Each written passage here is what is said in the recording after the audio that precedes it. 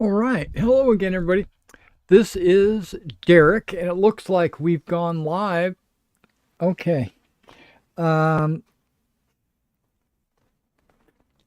what is going on down here? I dropped some popcorn on the ground. Okay, we got that taken care of. So, hello again.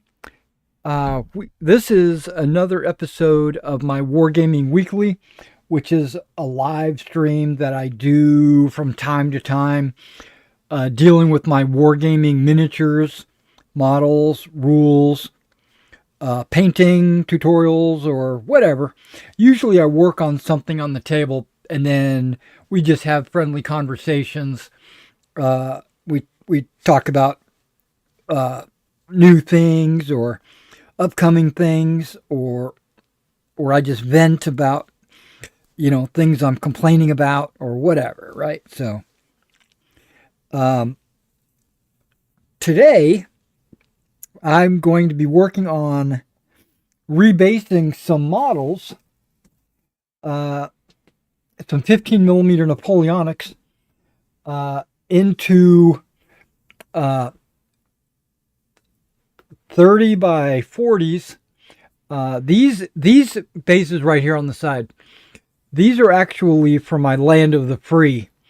Um, I am so enamored with the Land of the Free um, basing and the way it looks on the table and the way the figures look. I've decided that I'm going to use that basing style in my Marshals and Generals rule set. For those of you that don't know, I have written a set of rules called Marshals and Generals. The problem with it, and there is a glaring problem. There's a couple of problems. Okay, let's go ahead and do this one first. This old battalion. I've already done one battalion this morning, and it's sitting there and it's drying. Now, originally, and I guess I want to talk this over before I start chopping the models up. Originally, my Marshals and Generals, I had thought that I was going to do them 20 millimeters wide by 30 millimeters deep, with 4 figures. A lot like Napoleon's Battles or Black Powder or General d'Armée or Soldiers of Napoleon, or the list goes on, right? But and then have 6 stands in a battalion. So there would be 24 figures total. The problem with that, there's a lot of good things about that. Don't get me wrong. There's a lot of good things about it, but it doesn't represent what I need it to represent or what I want it to represent. I want it to represent the companies being wide and not deep. So 20 millimeters wide by 25 or 30 millimeters deep, or even a square like Black Powder, does not represent a wide versus deep. It needs to be. Now, if I took that 20 by 30 and I turned it sideways, that would be fine, but the figures wouldn't fit on it. So I thought that I would base it up like I have my Meg base, which is 40 millimeters by 20 millimeters, a single file, and 4 figures. And then I could do equally. It's still 4 figures on a base, and there's still 6 bases in a battalion, right? They're just a lot wider.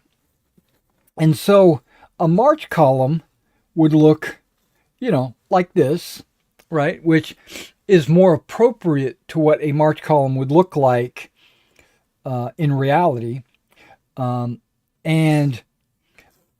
a an attack column would look like that, and it would be a lot more appropriate to um, the. It would look a lot better. It would be like 6 companies, right, side by side or in front to back. And then if I wanted to form any kind of line, we could do something like that, right? Um, Now there's a problem with this. It's not really a problem. It's just a hang up that I have personally. The gap between the figures is too big. It's probably, to be honest, if that's the company and that's the company, they're probably spaced appropriately because I think it's 50 paces. I think they're supposed to be two paces. But okay,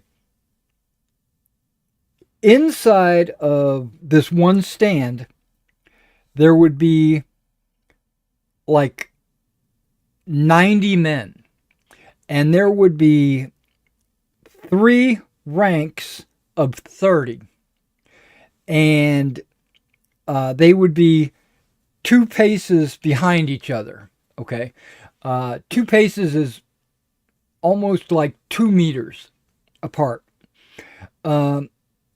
And so having invisibly the 3 ranks inside a 20 millimeter base is probably accurate to the ground scale. A 15 millimeter deep base is probably more accurate, right? But I didn't want to do 15 millimeter depth because it makes I did it a long time ago with my ancient armies, and it made the figures top heavy and they could fall over pretty easily. And that's one reason why I went with a 20 millimeter wide deep. And another reason is on some of my models, especially my lights, they have their rifles are lowered, muskets are lowered, and their bayonets stick out so far that a 15 millimeter base, the figure itself would stick out way past the base. And so a great compromise was a 20 millimeter, because that's what Meg recommends. And I based all my ancients according to the Meg standard once I started playing Meg. And I like it. I love that basing. So I thought I would put my Napoleonics in the Meg standard, right? And it works. Don't get me wrong, it works. But visually, looking at it, and this is the problem that I have. Visual, I can't read that. Give me a second, and I will gladly comment on your chat. Frederick, you say, hello, Derek. What's up? Starting a new fantasy game? Too bad it's not Harn again. I was a big fan. Oh, well, no, we're starting Pendragon, actually. We are doing a Pendragon campaign. We're going to start it May 8th. And it's going to be every Thursday from 7 to 11. I don't think I'm going to stream it. I might stream it. I'm not sure if I'm going to stream it. My players that I have right now, nobody really cares if I stream it or not. But streaming it just adds one level of, not stress so much, but one level of difficulty that I have to keep track of. Oh yeah, and I'm liking Pendragon so far, but I want to tell you right now, I'm not a veteran of Pendragon. I've only played 1 or 2 games of Pendragon with a friend of mine. I had a good experience. We fought a giant, if I remember right, But other than that, I really don't remember much of that game.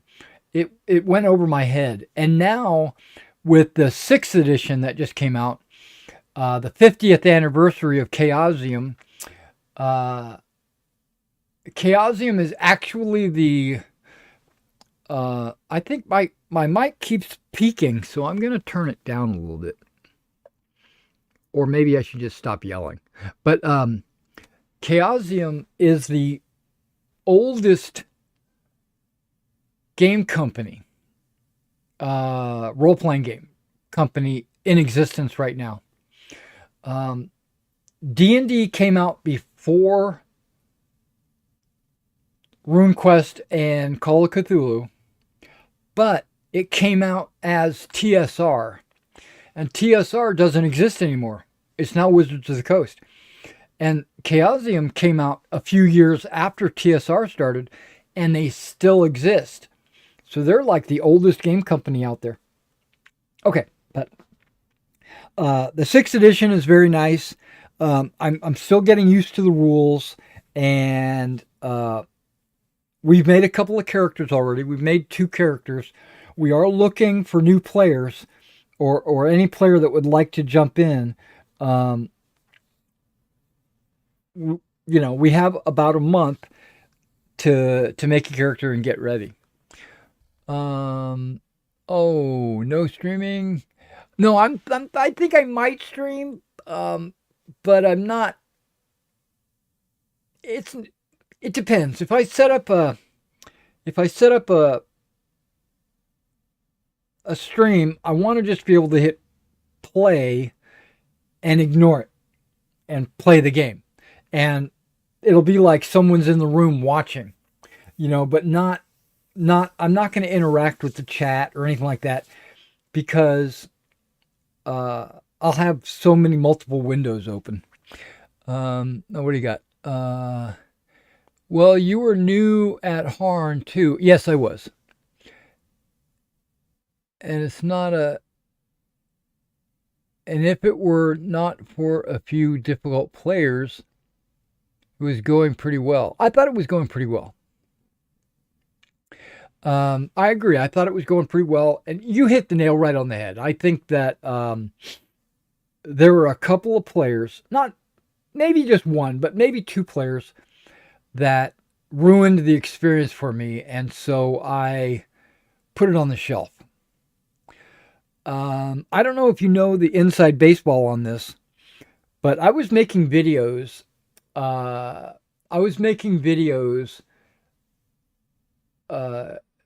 Like a tutorial on how to play Harn, and how to make characters, how to roll the combat, how to roll magic, and all that stuff. Right? I made all these tutorial videos, and the company that makes Harn contacted me and asked me if I wanted to do an interview with the designer, and also featured my videos in their monthly newsletter, right? And so I thought that was very nice of them to do that, and I thought it was I was very happy to accept this interview that I could, because a new book was coming out. It was the Dwarven book, and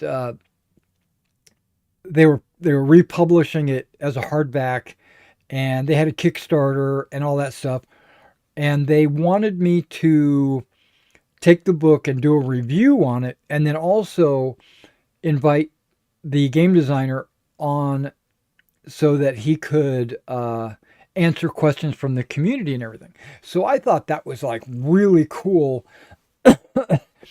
And they pretty much reached out to me for this. I didn't reach out to them. And so that was actually very, very good. But then when I requested to coordinate with the game designer to get the interview, they kept not refusing. They kept what's the word I'm looking for? They didn't. They kept deflecting, like he. They never really wanted to set a date for him to come onto my stream and talk. And I was like, well, that's okay. He's a busy man. He's running a company and all that stuff. So and it was their offer in the first place. So I had no leg to stand on when it came to uh, this interview. This was just a privilege I was going to have. But it kind of rubbed me a little bit the wrong way that they offered it and then they pulled back on whether or not they were going to actually do it.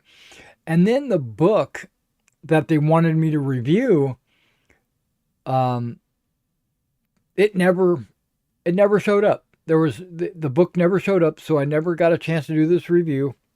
And so and then I ran my game and I stopped running the game. And then communications pretty much stopped. Um, Harn is a okay. I'm gonna have to say, Harn is a beautiful world. They spent a lot of time. Well, 40 years of development, and over the years, I've got bunch of the old Harn stuff. It's in the black and white. All the art is like hand drawn from like a 12-year-old, and it looks like it was done on an actual typewriter. It it. I've got some of the really old stuff from the 80s, and the world now they're publishing stuff today that looks very professionally done. The books look outstanding, and all the rich history of the world, and yeah. So Harn's a beautiful world, and when I decided to come back into the role playing, uh, when I decided to come back and run a role playing game after Traveler, because I was running Traveler there for a little while, but I was running into a few snags storyline wise, so I decided to and plus I had my heart attack. I don't know if you remember, but back in July last year, I had a heart attack. Was in the hospital for like 3 weeks, and then had a stent put into my heart, and basically put my Traveler game on hold. And then I put it on hold so long that I basically didn't want to go back to it. Um, I love Traveler. Traveler has always had a special place in my heart. But I wanted to do something medieval fantasy wise. So I considered restarting or starting a new Harn game. But the problem with Harn, and I don't know if you're if you love Harn or if you have a passion for Harn, but these players that I interacted with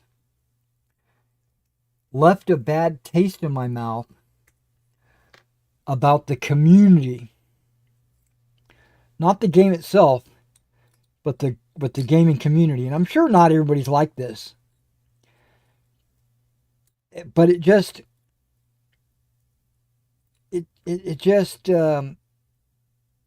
I didn't want to deal with it. So I thought about it. I said, what could I do? And then I also thought that I might start a game. Okay, I got something in my ear.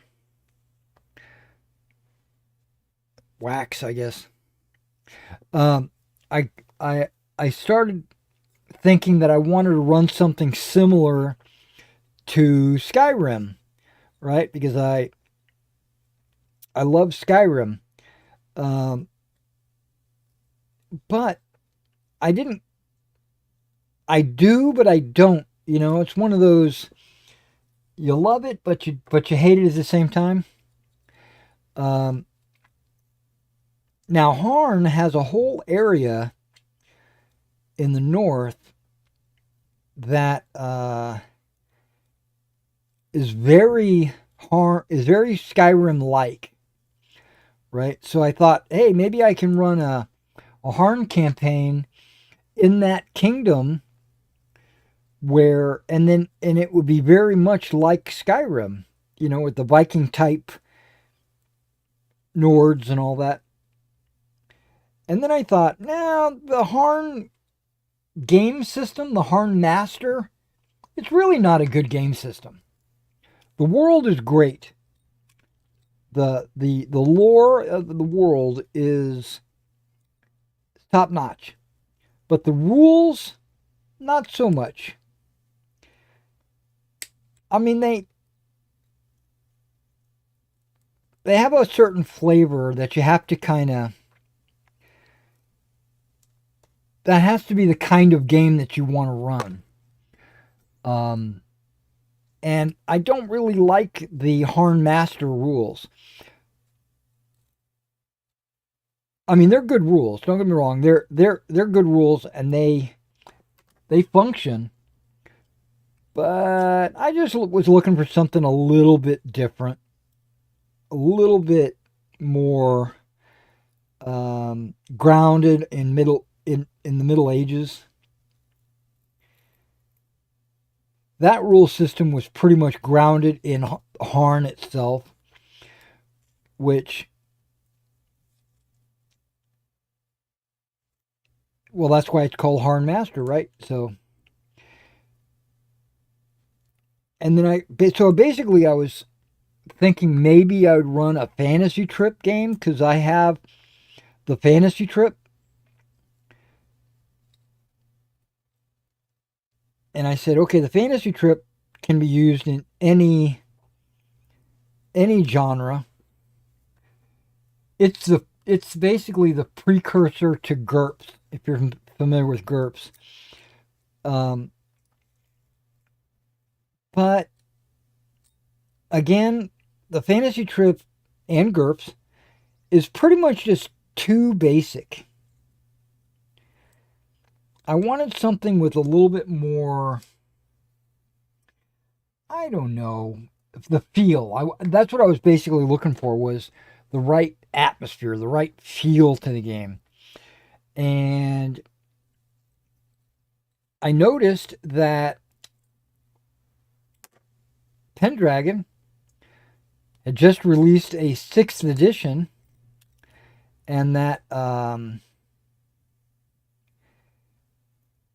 and I had remembered my playtime a few years ago where I played with my buddy and we played some Pendragon, and I wasn't sure if I was going to use it, but I said, okay, let me just get the basic starter set, read through the rules, and kind of see if that's something that I want to do. And I do. It. I was also thinking about using RuneQuest. I think this is how I stumbled upon it, because I was thinking about using RuneQuest because I've got like 2nd edition RuneQuest. They don't make it anymore, but I've got like almost every book for RuneQuest, and I thought, I could run a RuneQuest game, but just put it in a medieval setting instead of a Bronze Age setting, and instead of the weird fantasy world that they're in, because RuneQuest is actually set in Glorantha, and Glorantha is a very weird world. You have strange creatures and a strange history and the gods and all that stuff, and I basically didn't want to do that. But then I saw that Pendragon uses the RuneQuest rules. Basically, all of Chaosium games use the same rule set with some nuanced changes. And I was like, okay, so I'll give it a shot, right? I downloaded the player's book or something. And as soon as I did, I was like, okay, this is pretty much exactly what I wanted. It's it's a smooth system with a lot of there's a lot of um, meat or personality to the rules. And so I was like, but it's but the mechanics is like super basic. I don't know, it's hard to explain. It's like D&D 5th edition, you know? It's super easy, but there's a lot involved.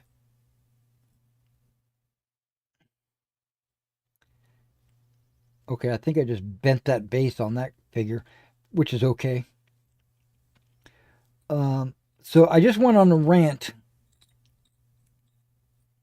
about a role playing game that I didn't want to get go on because this is a wargaming in miniature live stream, not my RP live stream. But I'll talk about anything on this stream, so you know. And you got me going. You know, I went on a rant there.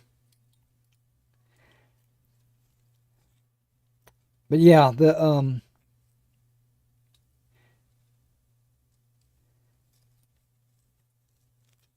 Pendragon character creation is very, very, very, very um, intense. It's very. Let me just say, we started making. Okay, two players started making characters at 7 p.m. and we finished around 10:30.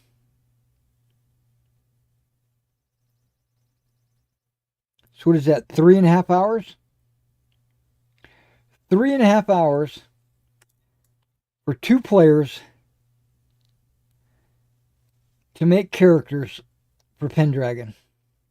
Part of that was all of us not knowing what we were doing. Part of it was my Roll20 had decided it wanted to put everything in the modules alphabetical, so I couldn't find anything.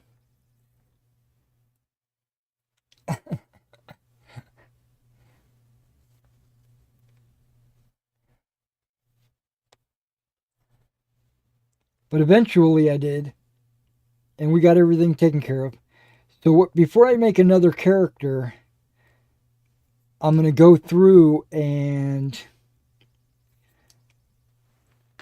take all the handouts from all the various different chapters where they're located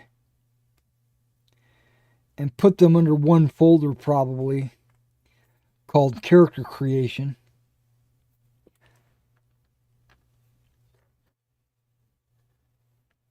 to make it a lot easier.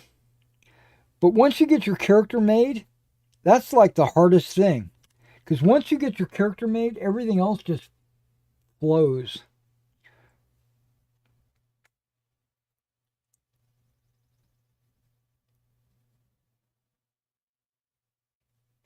And tonight, one of my players is logging in, and we're going to do a solo quest for him. It's partially so he can learn the rules and that I can learn the rules. Um,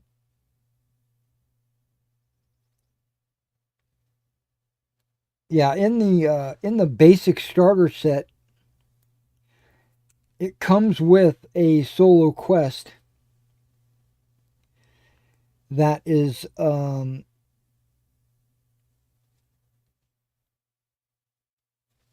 it's a choose your own adventure kind of quest. If you kill the giant, go to page 15. If the giant kills you, go to page 1 or start over or something.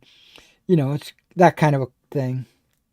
If you decide to pick the lock, uh, roll to see if you succeed. If you succeed, go to this page. If you fail, go to this page. So I'm looking forward to running him through that quest. Uh, it's not going to be his character because the quest involves King Arthur, and the players are not associated with King Arthur in any way. So I don't want um, it's basically, think of it like an alternative story with a secondary character. But it'll let him learn the mechanics of the game.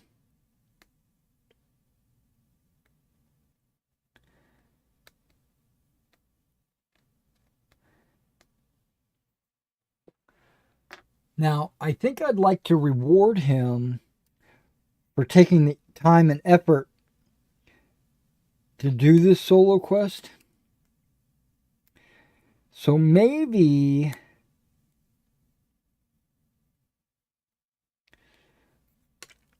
I'll award the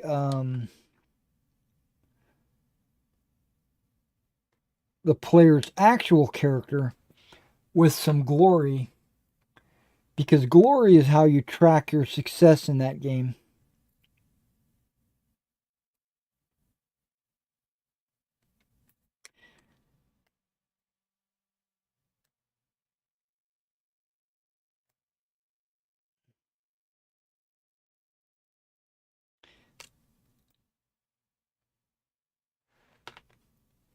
Yeah, one of the players wants to be a ladies' man. I think he's going to try to flirt and seduce all the ladies at court, which I'm down for. I think he played a similar character in our Traveler game.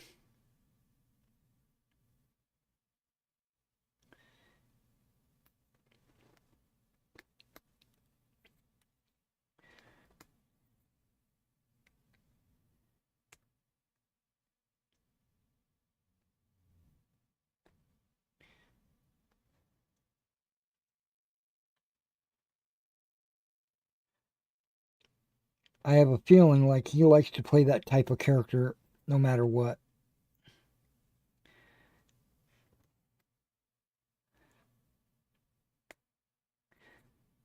He also decided to be a pagan,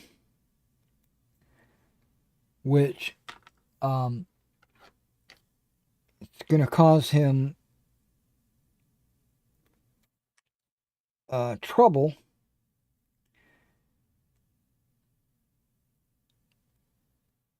But it also might be a good thing because at court and at all the major functions, they're going to expect you to be Christian. But when he's out in the field doing on adventures, he might run into some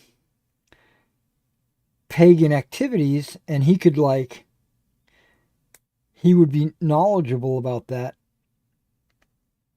Like they come across a death totem or something, and he could say, "Oh, this is a death totem, and this is what it means," and the Christian would be like, "Devil worship."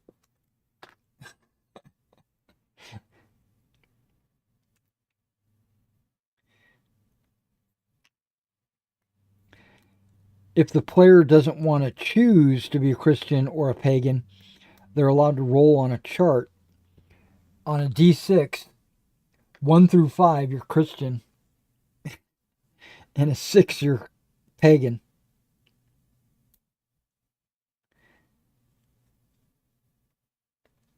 And I think that's about right, percentage wise, of the population.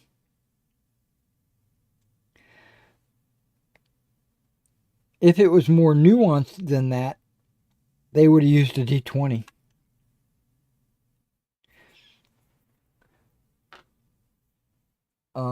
There's only 2 dice you roll in that game, and that's a d20 or a d6.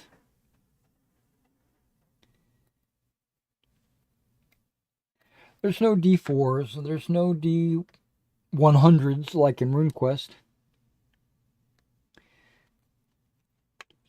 They just basically, instead of rolling a d100, you just roll a d20. And it's opposite too. You don't want to roll a 20 because that's a fumble. And you don't necessarily want to roll a 1 because that means you rolled really poorly.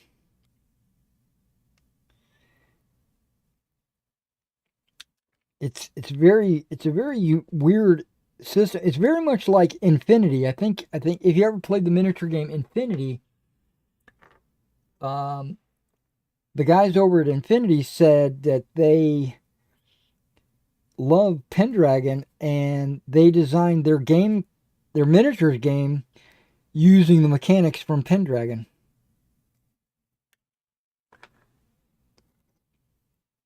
So that's a good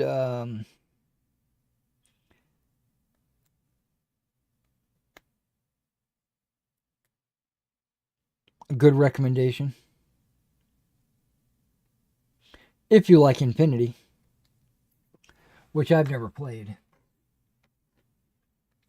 Okay, once I get these guys cleaned, I'll take a look at the chat. It looks like there might be some more. Yeah, just bear with me. I'm not 100% on the chat. Like, I don't live on the chat. I jump into it when I get a little bit of free time. Okay, these are all clean. Now let's get them to stand up. Because if they can stand up, then I can put them on bases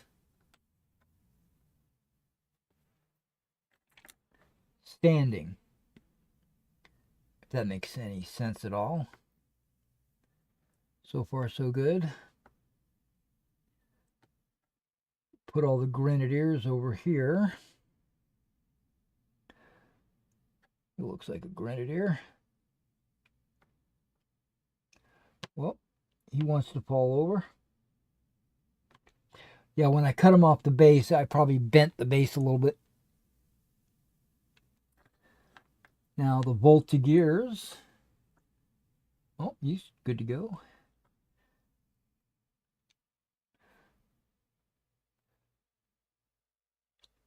Now, a little bit of a problem with the rebasing, and it's really only a first world problem. It's not a gamers aren't going to care. It's only us grognards or us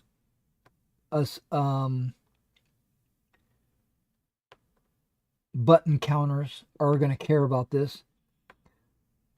I originally painted these guys up to be 4 figures per stand. So what I would do was I would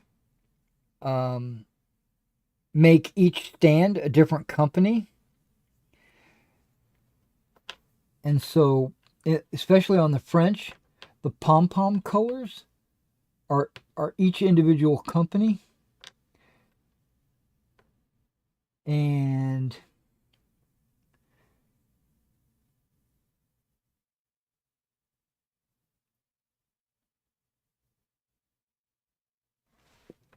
my new basing style is 6 figures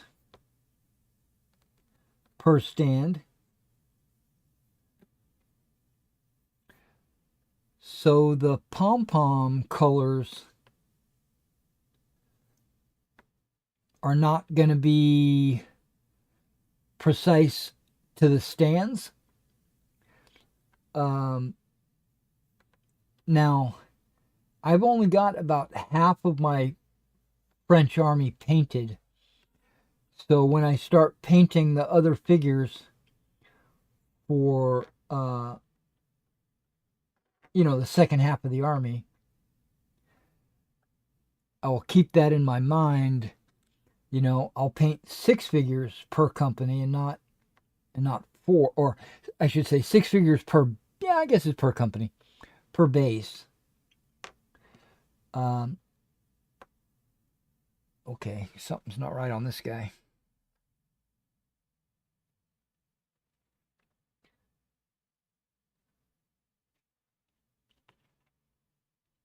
Why are you not? There you go. I just had to bend the base a little bit.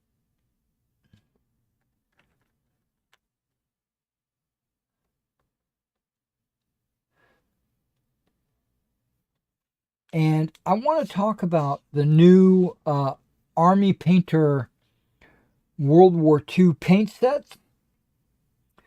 They have 3 of them right now, and they're all on pre-order. They look like they have some really good colors in there. And they're part of the Fanatic line, which I've heard that the Fanatic line is high pigment. So very good coverage, even on top of black.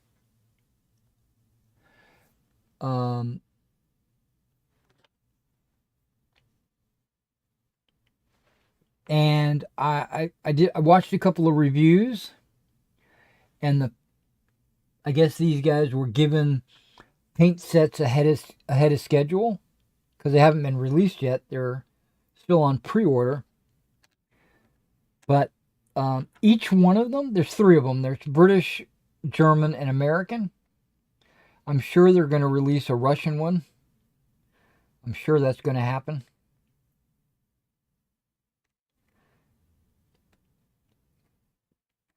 But one of the guys, and this, I lost credibility with this guy when he was doing the review. He did the Americans, and he was painting the flesh, and okay, what happened to this guy?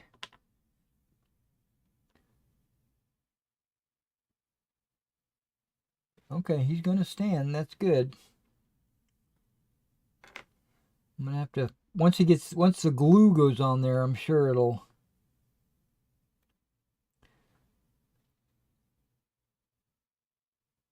with a little surface tension, I'm sure he'll stand up a lot better.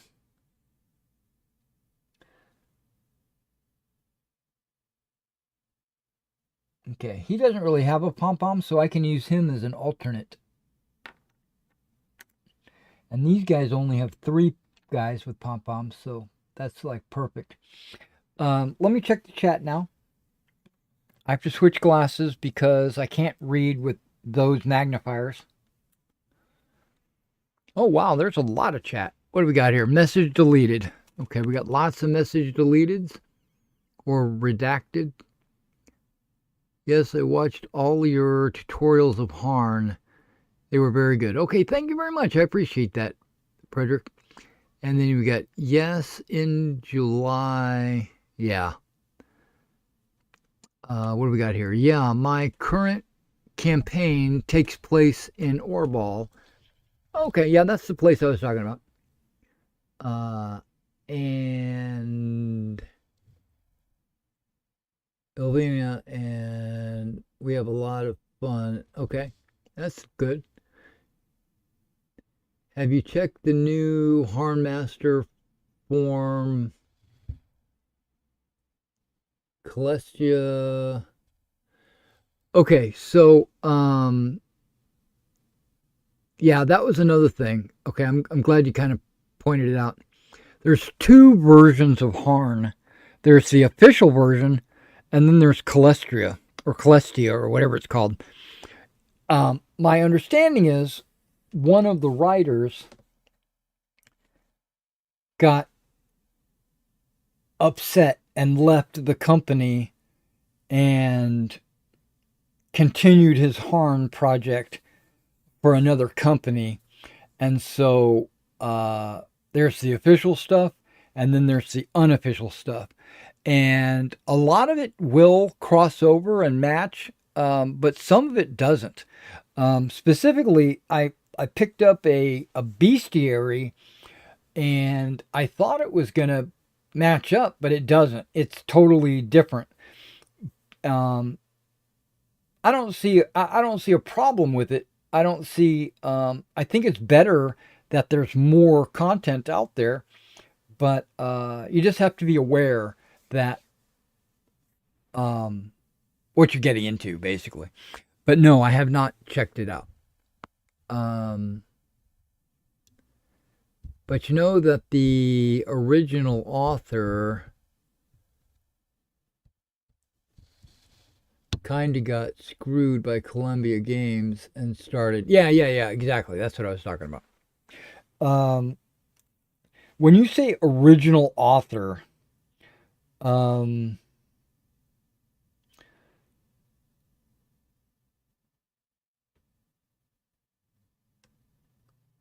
um,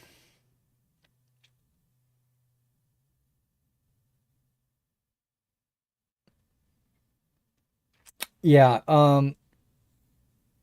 I don't know how to say this without maybe sounding like a dick because I am one.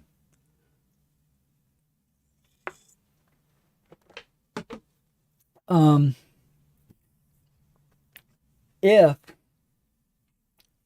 and this is me coming out and saying I don't give a fuck about the guy that uh, got screwed, and um, that's me being very exceedingly dickish.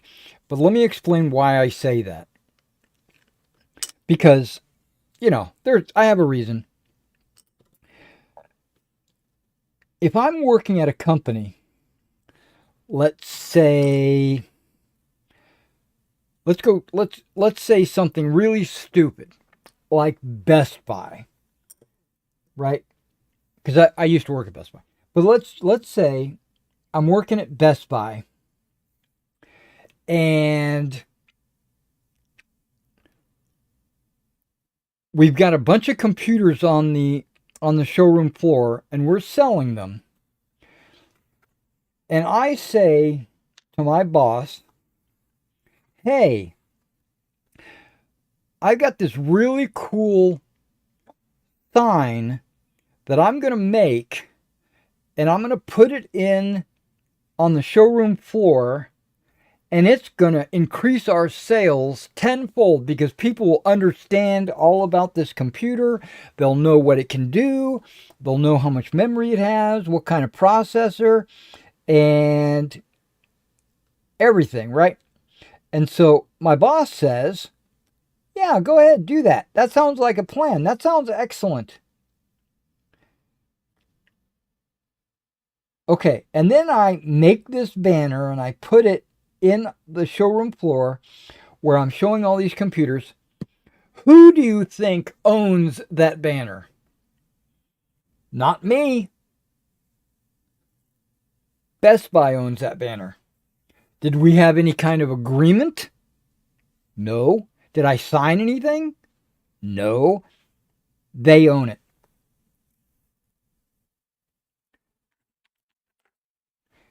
So they could say, um, yeah, we're gonna put this in all of our Best Buys because this works out really good. You know, you did a really good job making this banner. Our sales have increased like crazy, and we want this to happen on all of our stores. And then I come back and say, hold up, I made this banner, so you have to pay me. No, they don't. They don't have to pay me squat.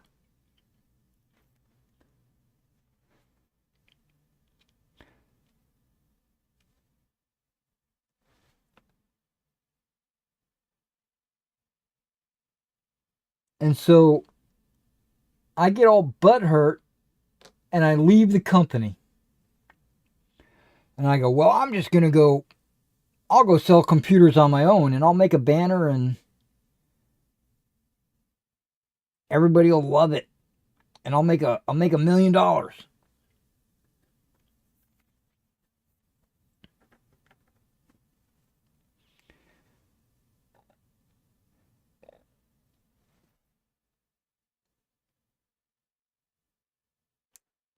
Yeah, that flag bearer, damn frickin' tiny little base.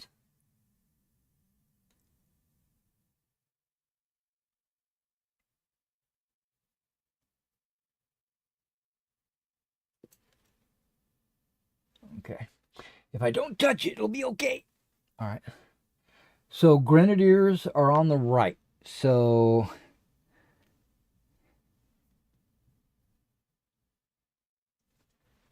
yeah, I looked at this base and I'm like, that guy's not going to stand up straight. That base is like leaning over.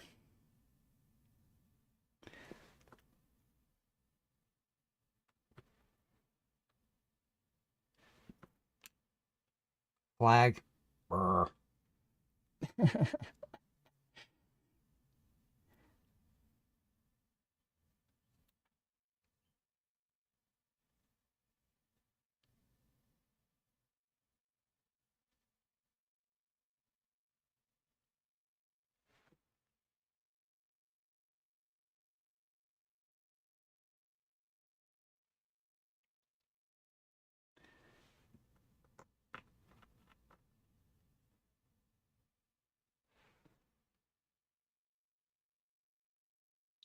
Now, I don't know all the details or if my story is even remotely appropriate or accurate, but based on what I've read and what I've heard through the grapevine,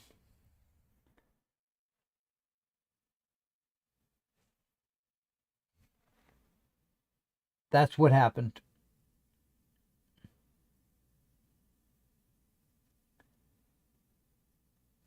He worked at a company. What is it? Columbia Games? Yeah, he worked at a company, put his put his heart and soul into making this game,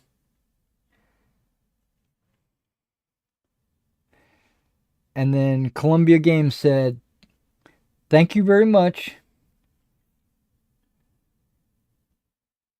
We appreciate everything you've done for us, but we're going in a different direction."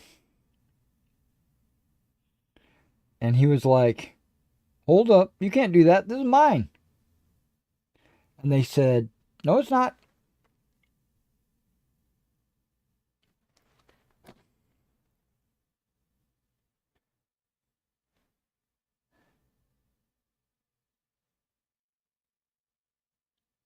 Now I could be wrong. I'm not privy to the inner workings or anything like that.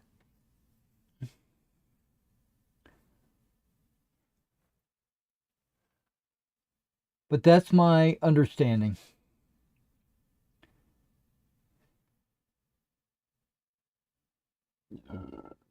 Oh, goodness gracious. I don't know if you heard that, but I had like a little a burpage. Um, Now, if he had any kind of like signed contract or some kind of,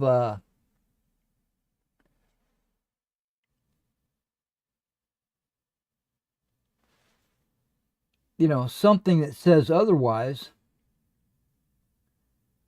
then yeah, he might have gotten screwed. But my understanding was they own the intellectual property of Harn. They're the publisher. He worked for them, not he wasn't like a subcontractor or anything like that.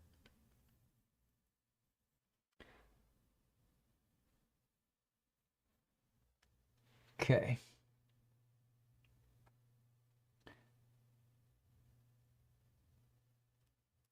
See, I'm lining it up on my little grid here so I can see where I need to put the lines.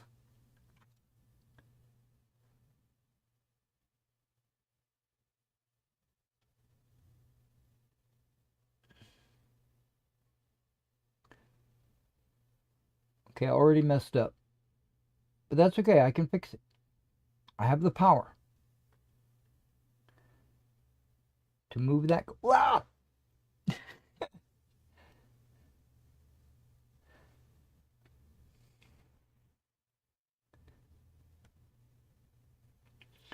So I ordered some Russian flags today for Napoleonic's 28 millimeter from War Flag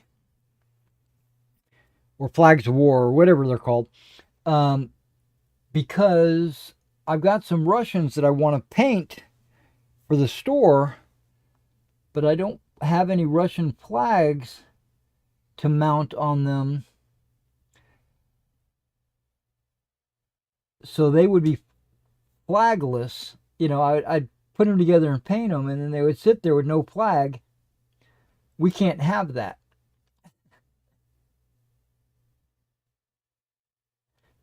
I can't have that. I'm anal that way. If I paint something for the store, it's got to be right.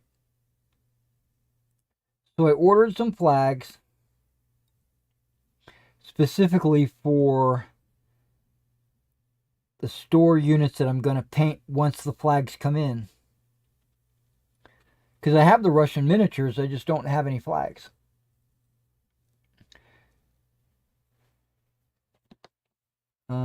1, 2, 3. Okay, so there's only gonna. Okay, that works perfect.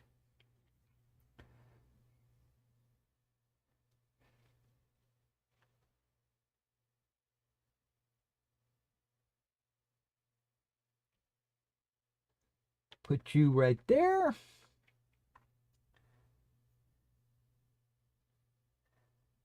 And right there. Okay, I might have to adjust that figure.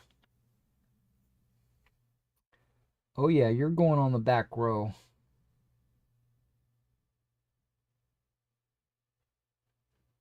And you're standing, which kind of surprised because he actually only has 1 foot. Somehow his one of his feet are missing. Cannonball ran over it and crushed his foot or something.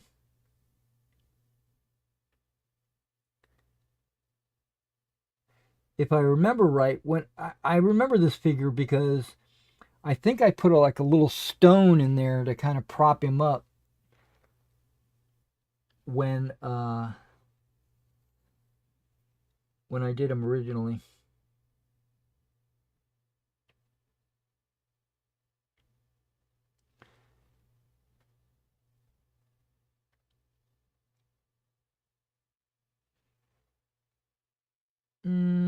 that looks good. Okay, now this guy here, he's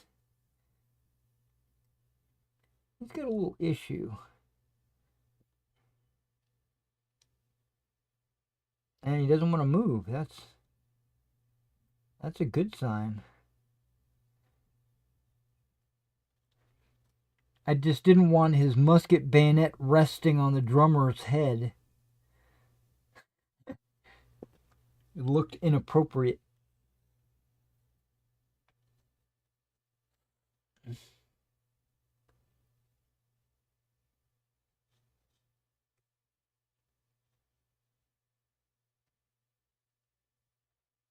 Ah, that looks way better. Okay. Just lining them up. Lining them up. Also pushing them back a little bit. Because I prefer them closer to the back than the front. It gives them a little bit of room in the front for their muskets and their bayonets. Yeah, that looks good. What about these guys?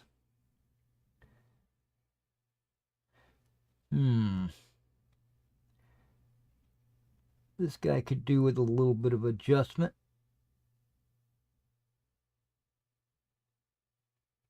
Oh, there we go. Also, by rebasing these, I'm actually doing myself a service. Because the original bases that these guys are on are Litco plywood bases, which there's nothing wrong with that. Litco plywood is awesome.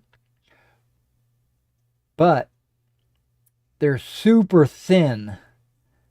I based them on the 0.8 millimeter bases, which for mass units where you're pushing around a lot of figures, the 0.8 looks good because it's closer to the table, like there's less base showing. But the problem is I would never be able to do this with them because the bases would overlap. If that makes sense. Okay, moving on to the next ones. Before I do, let's read some chat. See if I sparked some hate.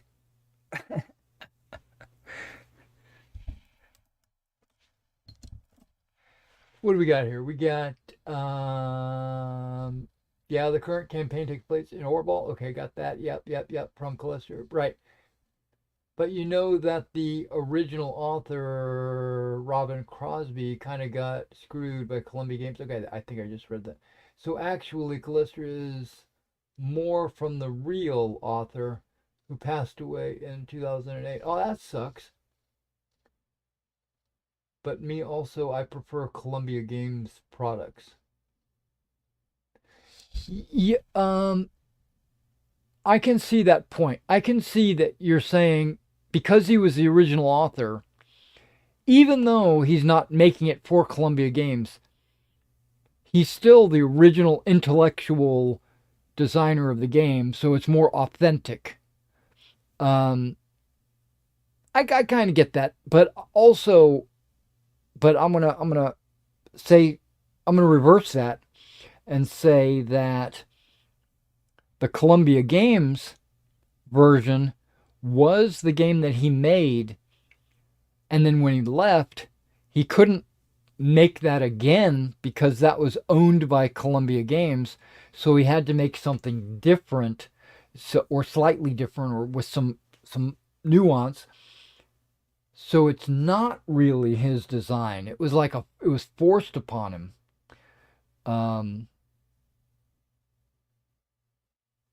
Because he lost the rights to the original or something. I don't know. Either way, I'm. They're both probably good. That's all I gotta say. They're both probably good. Okay, and then you got the line of author that now writes for Columbia are very good. Yeah, I agree. I'm a dick. Yeah,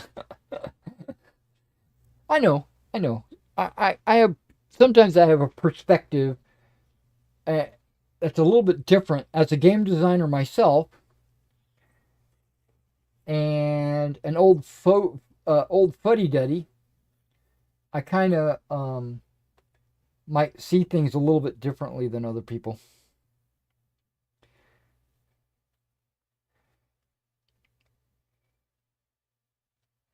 Did you know? I don't think very many people know because I only sold a handful of copies of it. But I actually made a game company called High Imagination uh, Tactics. It was called High Imagination Tactics or HIT, right? And I made that back in the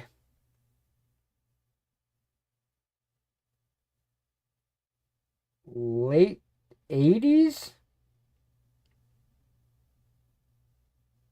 Yeah, late 80s, like 88, 89.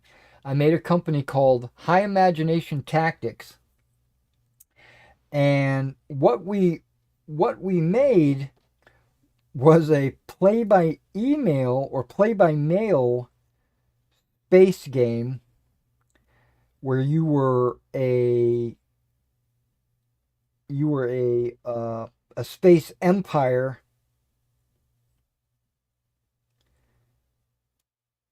and you mailed in your turns, and then our referees would take your turn, process it, and then send you um, the results. And it was okay. I'm chopping into the pewter. I got to get below it. It was very fun. It was very time consuming. This was back when we were taking turns via snail mail. So you would get like maybe 4 turns a month for your empire. And do you remember a magazine called Challenge? I don't know if you remember the Challenge magazine. It was basically a very popular traveler magazine back in the day. And then pen and paper magazine, real magazine, and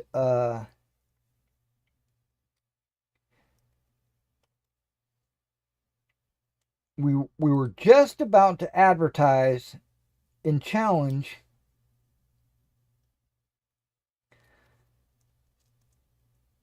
when we decided that the company was going in the wrong direction. So we stopped. We're like, snail mail is just too long. You know, if it was done today, we would have done it by email.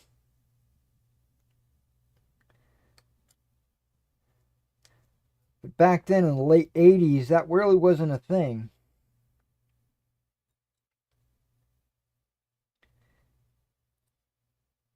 And it was just barely getting going. So that was my first company.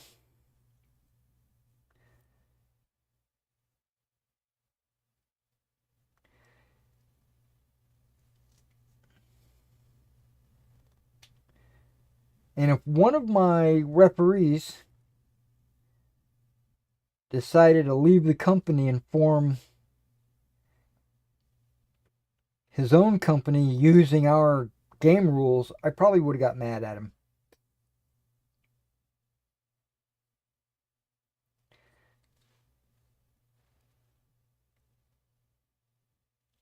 Okay, I don't know what's going on with this standard bearer. I'm going to have to rethink how I'm chopping them up.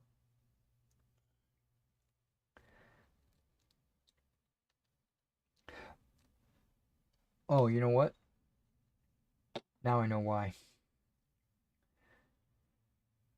This is the one that needs to be covered. Okay, I don't know if you're familiar with these little flexible covers. They are they're knife resistant, so when you're cutting, you won't cut your fingers, or they're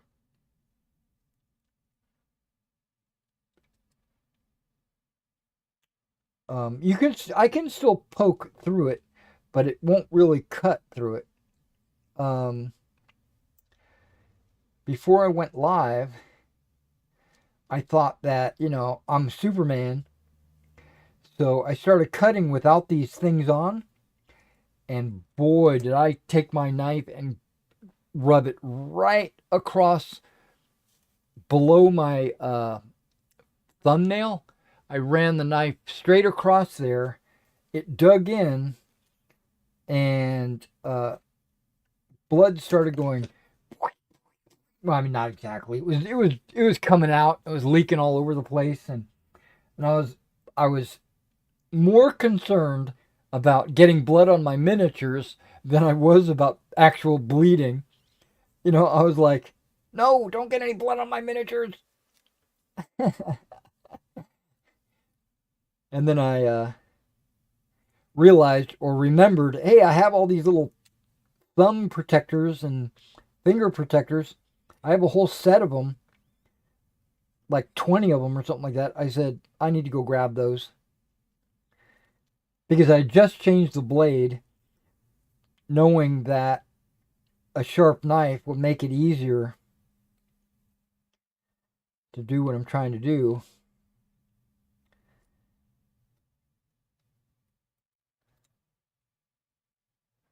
Yeah, I'm cutting through the pewter and I need to get under it.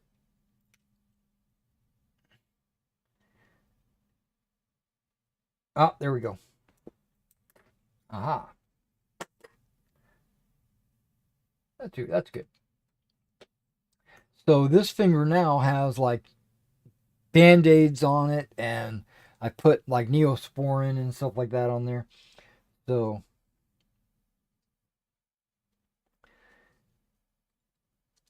and it's a little sensitive now.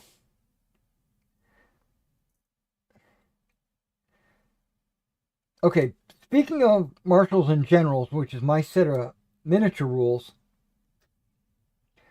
I wrote a set and then I rewrote it and then I rewrote it again, mainly because I have a hard time I had a hard time deciding what base sizes I was going to use.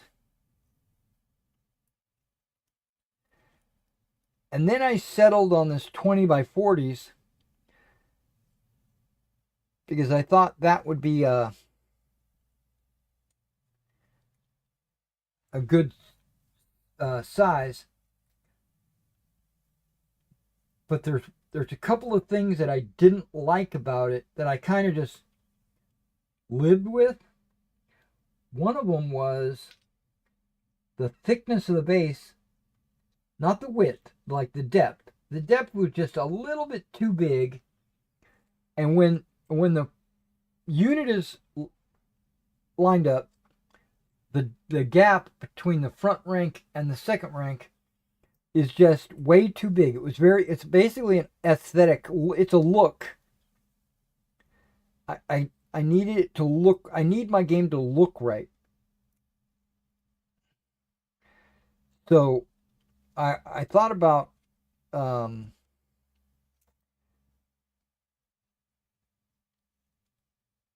that was one problem, was the gap, and then the second problem was how wide the unit would be on the tabletop. Um,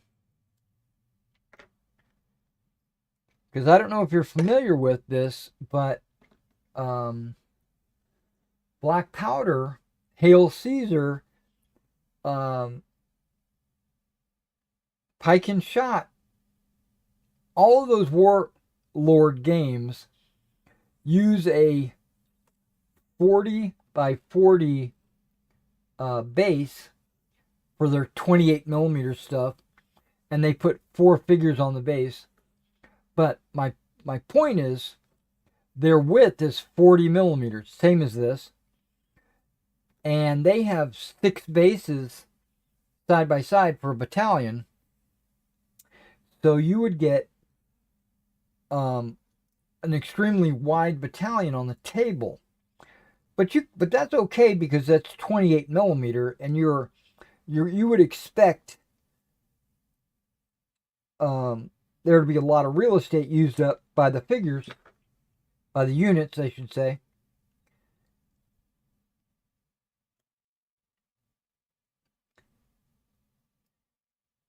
And I'm also doing 40 millimeters. I'm just putting uh, 4 figures across instead of the 2 figures, because it's 15 millimeter. But it's still 40 millimeters. And if I decided to go with a 6 base unit, like this, and you put them in line, it would occupy the same ground space on the table as a 28 millimeter unit. And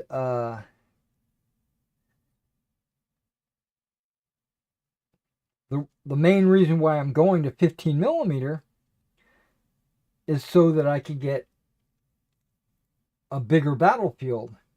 And you can't get a bigger battlefield if the units are the same size ground wise.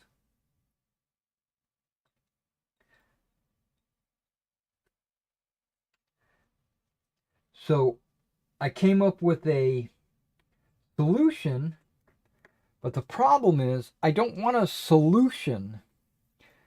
I want it to be right. And my solution was that when you're lining up let's use this unit because I haven't chopped it up yet. It's 6 bases.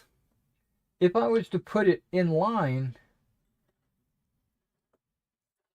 like this, it does 2 things. It occupies way too much space on the table, and it's only 1 figure deep. I don't like the look of it.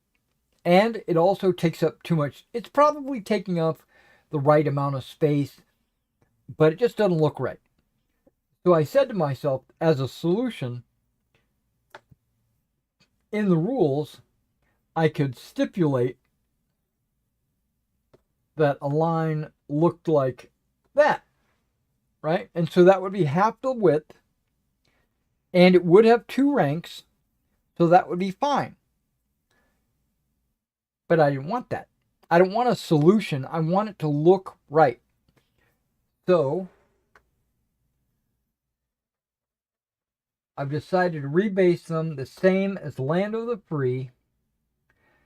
And if one base side by side is a line, you still get the 2 ranks.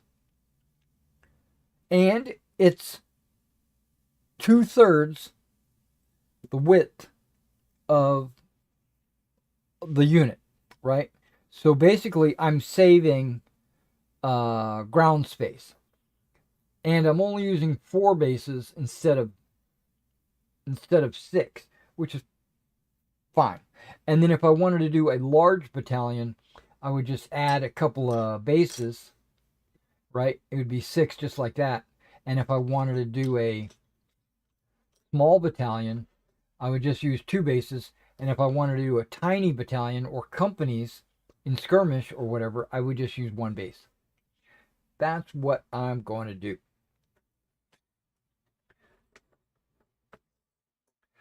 Um, I encountered this, or I should say, my my eyes were opened when I was doing the Land of the Free miniatures. I really like the way those figures look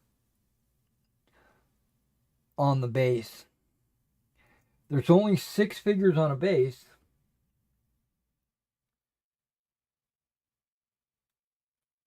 Well, I say only, but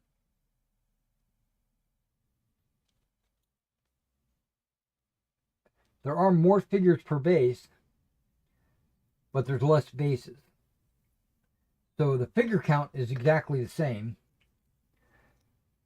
The depth is actually smaller. So on a 2 base depth with these, it's 40 millimeters deep for that line like that, remember? But a line like this is only 30 millimeters deep, and the figures are way closer. That has a better look than that, in my opinion.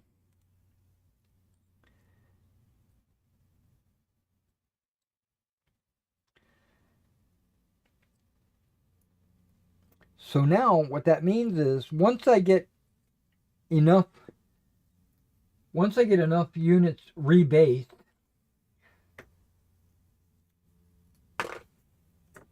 I'll have to take some new photos to put in my rule set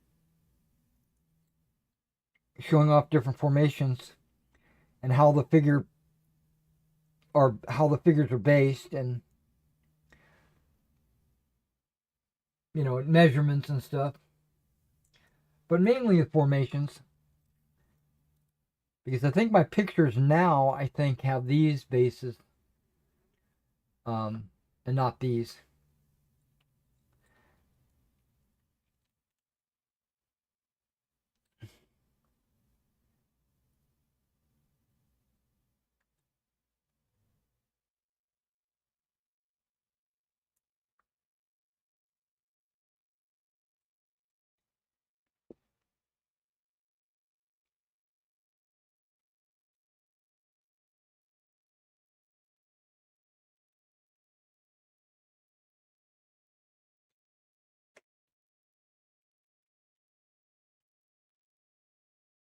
So I'm thinking to myself in my head, if I can do 4 units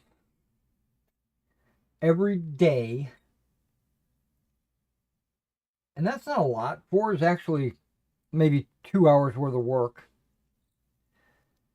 If I can do 4 units per day, I'll have my French and my British rebased in no time. But I still have some British and some French that need to be painted. So I've got a long ways to go before I'm ready to play Quatre Bras.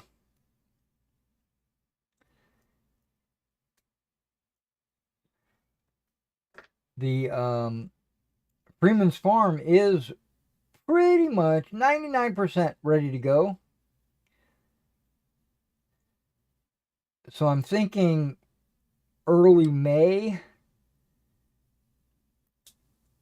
I'll play it solitaire and record it.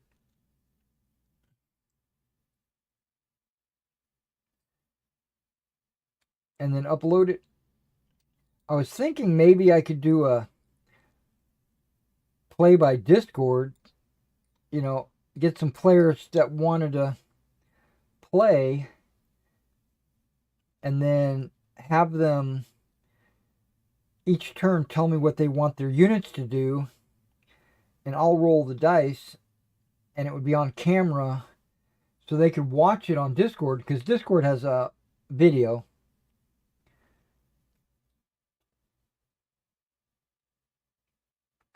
and so that they can actually participate. But I don't think I'm going to do that right away. I think I'm going to do a solo one first.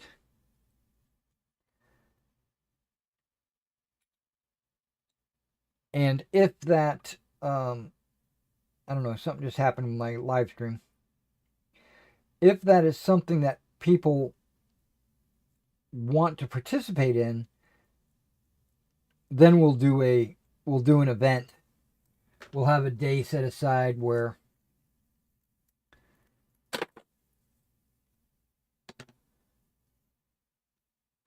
we do a live stream and we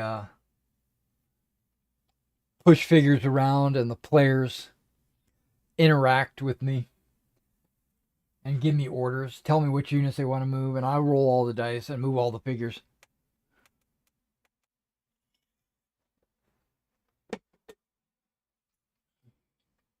Because I've got a couple of friends that love playing miniatures with me, but I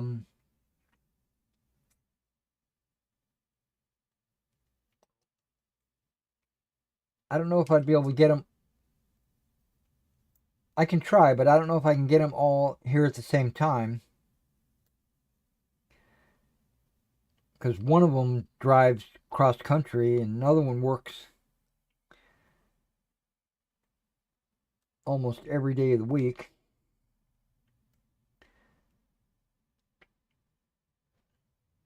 Except nights. He's off on the night. But if I was going to do a live stream, I'm not going to do it at night. I'm going to do it in the afternoon.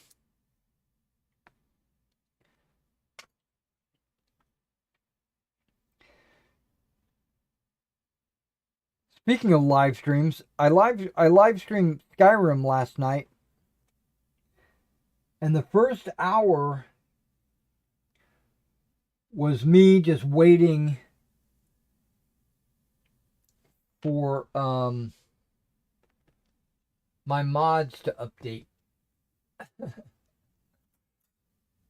So I didn't get as much game time in. But once we got in, I got to a door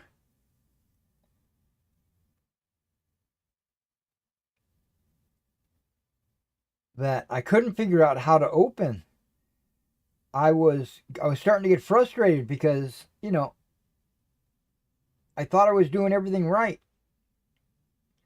And I was the epitome of crazy because I kept doing the same thing over and over expecting a different result. It was funny. I mean, I was actually laughing inside when I was doing it. I didn't show that on stream, but I was like, man, I can't believe this isn't working. And then I figured out something in the game that I knew, but I didn't really remember. That if you strafe side to side while doing a power attack, the power attack will not be up and down, it'll be left and right. And I needed the power attack to be left and right. And so I was constantly just standing there doing power attacks, which were vertical, and normal attacks, which were horizontal. And none of that was working.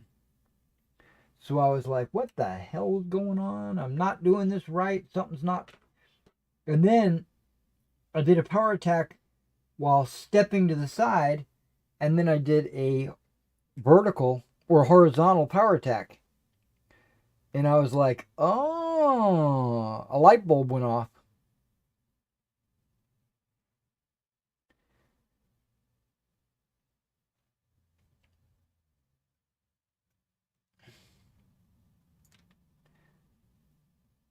Then I got past that door.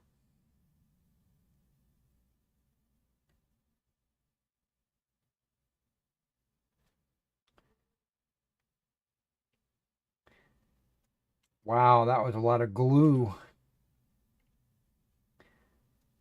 Okay.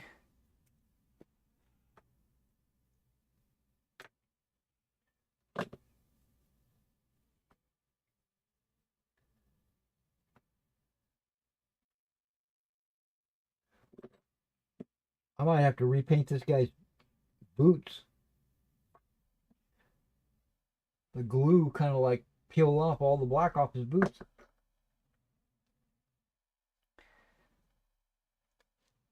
Yeah, once I get these guys rebased,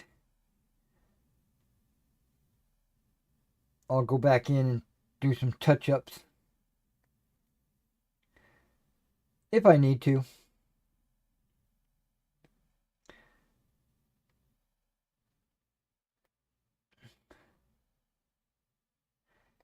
Now, most of these guys, if not all of them, are being based up for Quatre Bras and Waterloo. And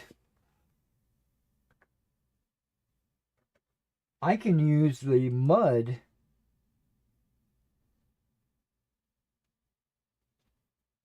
on these guys because it was very muddy that day, both days.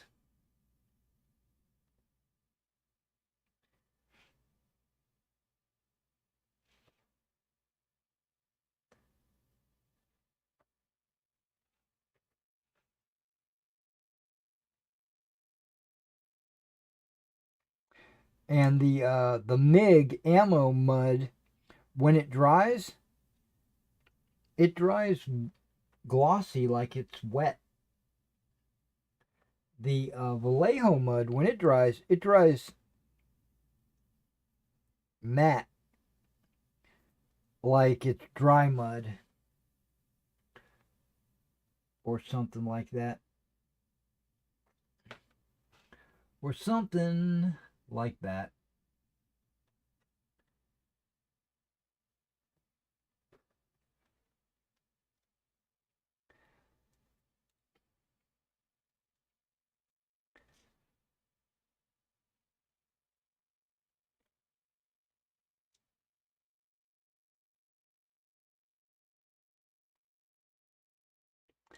Now, if I really wanted to be anal, I'd figure out a basing system that would let me put 3 ranks on a French base and 2 ranks on a British base. But I'm not that anal. I mean, I am anal, but not that anal.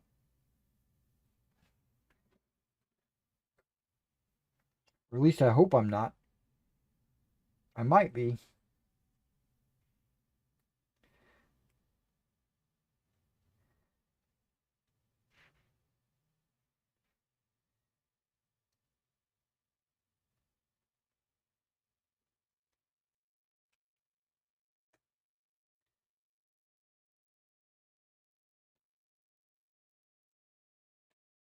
So while I'm complaining about my own basing being too wide or too deep, that's what she said. No, Warlord, who as a company, as a game manufacturer, I really like. But they've done a few things over the last year or two that I don't like. And it's influenced my appreciation of that company.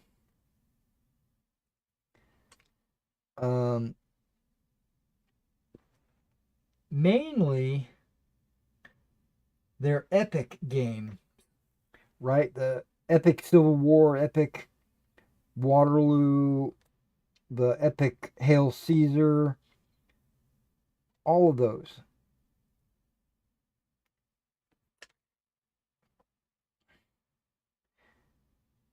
And there's two things about that epic that bother me. Well,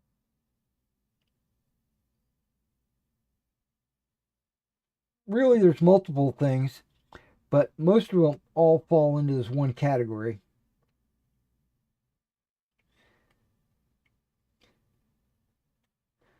Well, the first thing is that bothers me is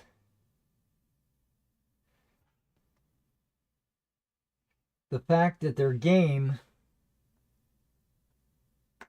miniatures are a unique scale that no one else uses.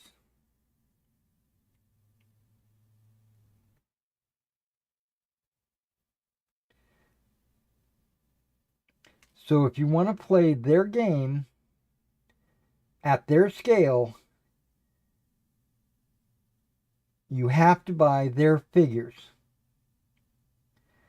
Now, as a company trying to make money, I understand that.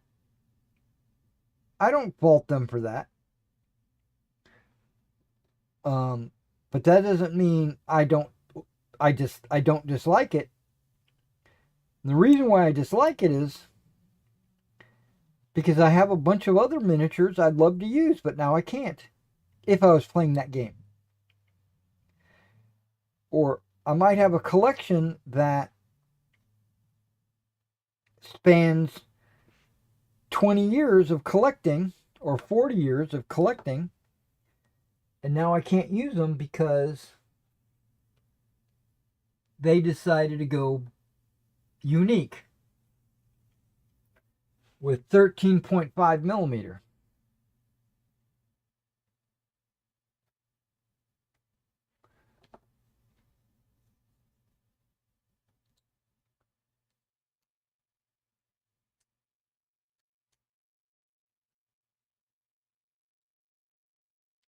But it's not just that.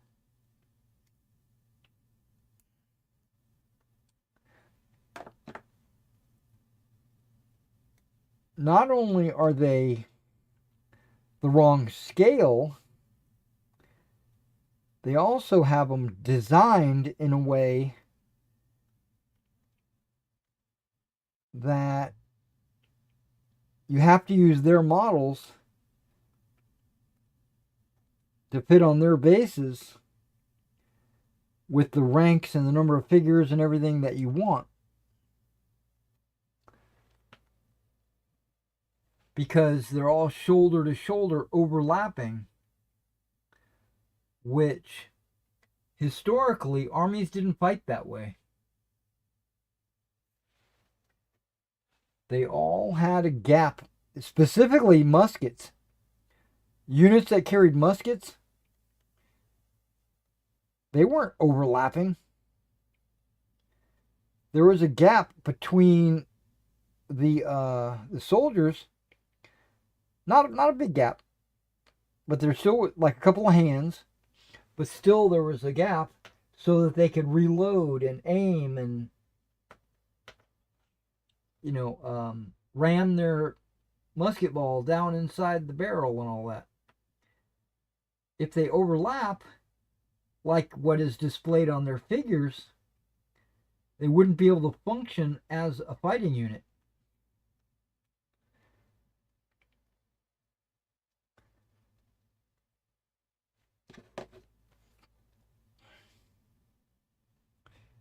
It does look good, don't get me wrong.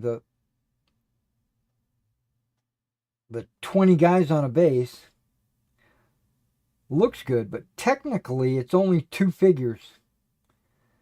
It's the front rank and the back rank, each being one figure, with 10 heads and 20 arms.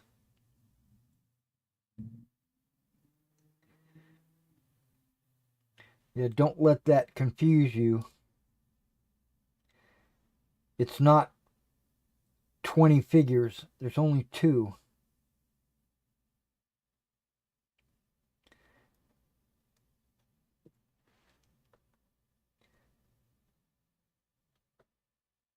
Okay, there we go. Where are my orange guys? Okay, you're the first one? Gotcha. And the second problem I have is the philosophy. And I look at it like this. Why go from 28 mil as a player, not as a company, but as a player? Why would I go from 28 millimeter black powder to 13.5 black powder? What is my motivation for doing that?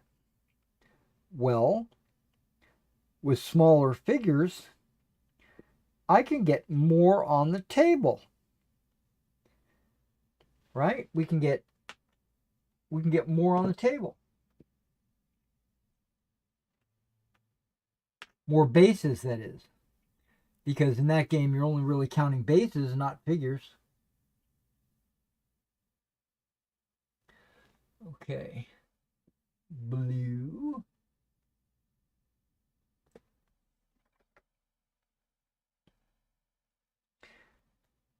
Okay, so if that's the reason why you switch to Epic, Epic has failed you. Because black powder and 28 millimeter, as I discussed earlier, has a 40 millimeter base frontage, where in Epic it's actually the opposite. It's 60 millimeters in Epic. It's actually bigger. So you actually get less bases on the table with Epic.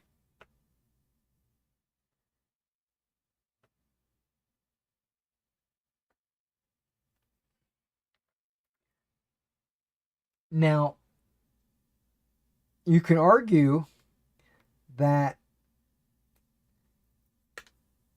because the base has 20 figures on it, you're actually getting a lot more figures on the table.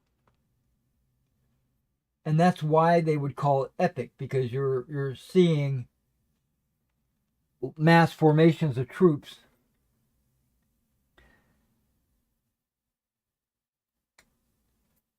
And that aspect is the one positive.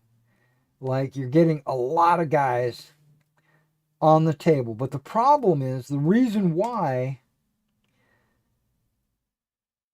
I would even consider Epic is because of the table space, not because of the figure countage.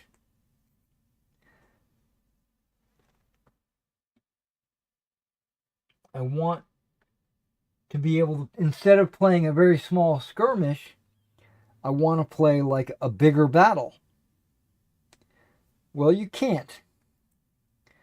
Because that same battalion that you use in black powder, normal, I guess is what you would call it, or classic, takes up almost twice as much space in Epic.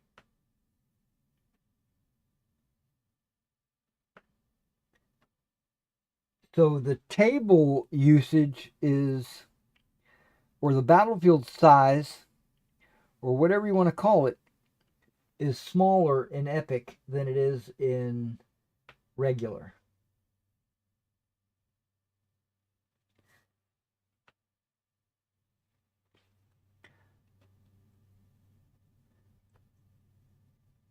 And because of that, I don't know, what would you call it? Nuance or feature or whatever you'd call it, is one reason why I think Warlord is going in the wrong direction. But also because I get the feeling, now this is just an emotional feeling, that they don't care. They did 13.5 to force you to use their models and their bases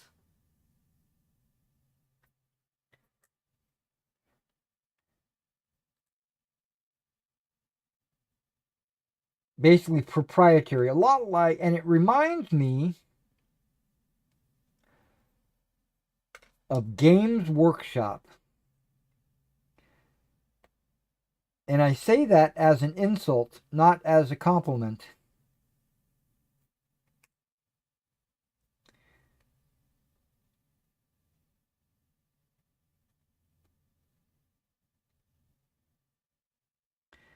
Games Workshop had, when I ran my store, Games Workshop had some policies that I had to abide by their policies if I wanted to carry their product in my store. I couldn't display the miniatures where I wanted to display them. I had to display them where they told me to display them. And what's funny about that is they used to have I don't know if they still do or not, but they used to have a store in Nashville at the Galleria or I don't remember what it's called. But they had a store there, and they would send a rep up to my store to inspect.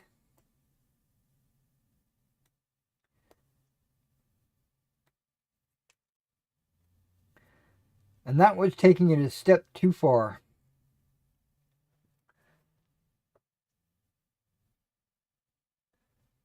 Because I wanted to display certain types of product where they wanted me to display their games. Basically, they wanted their stuff in the front of the store,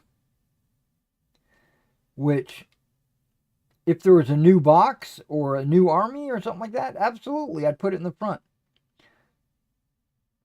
But like when Reaper came out with some new figures, I would put them in the front. But when Games Workshop came up and said, "Oh, I noticed that your display is on the wall, and it has to be displayed over here," I was like, "Hold on, you can't tell me what to do."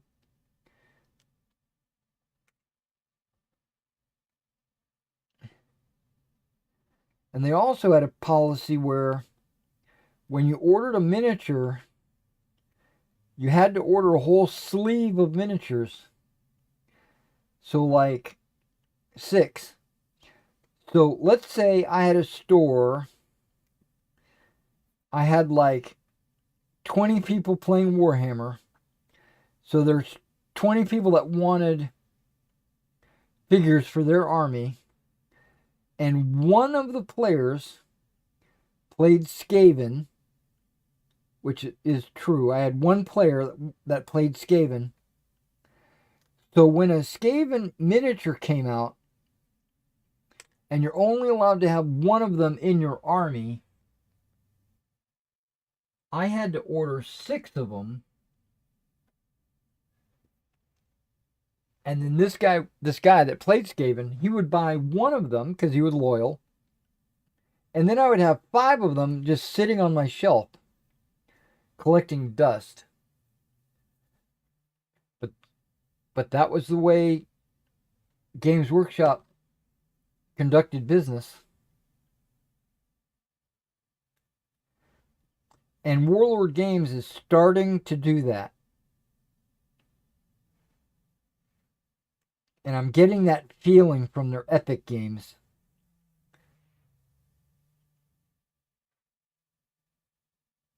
I could be wrong.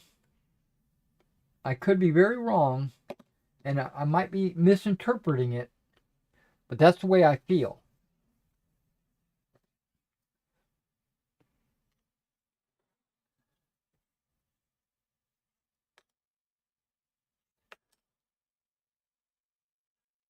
And this is the 1st Battalion of the 1st Regiment. And it is ready to go.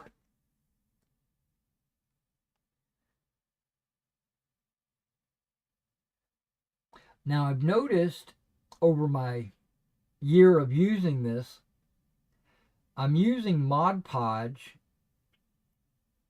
as my white glue because it has Mod Podge. That's not Elmer's actually. I took Mod Podge and put it in there. Mod Podge has a resin included with the white glue, so it dries a little bit more rigid. It's not as rubbery, if that makes any kind of real sense. And it has I don't know, it feels like it just has a better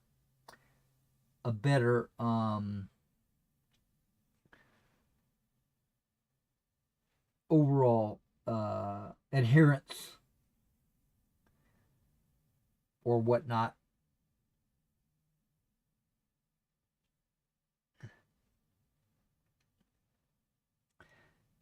But I've also noticed it takes about 3 times, maybe even longer. I haven't actually experimented with this. I probably should and show it off on the stream as a test. But it takes longer to dry, a lot longer. A lot longer. I want to say 3 times, but it could be 10 times.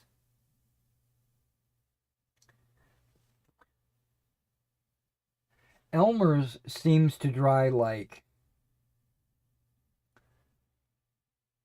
within just a half hour to an hour or something like that. Or Mod Podge, it seems like it's like 6 hours before it'll dry.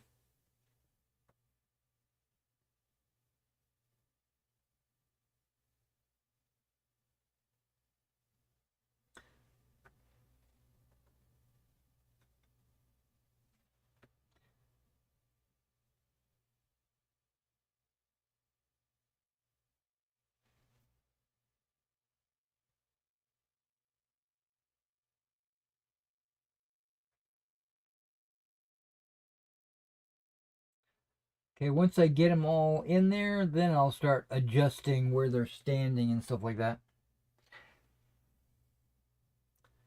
Okay, those guys. Okay, is this guy a grenadier or is he okay, he's a grenadier.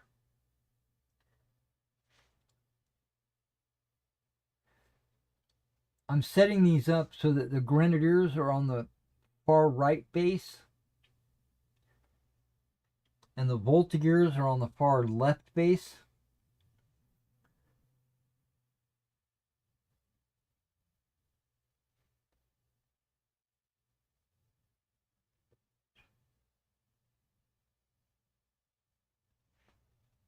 Yep, that works for me.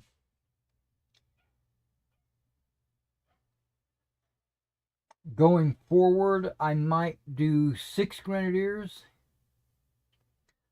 instead of the 4, or I might just do 3 grenadiers and 3 voltigeurs for the front rank.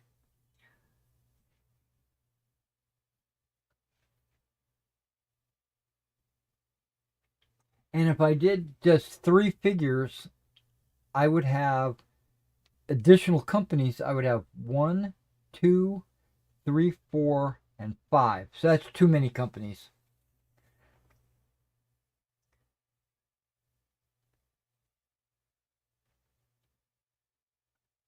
Because there's only the four companies, right? The blue, green, orange, and a purple.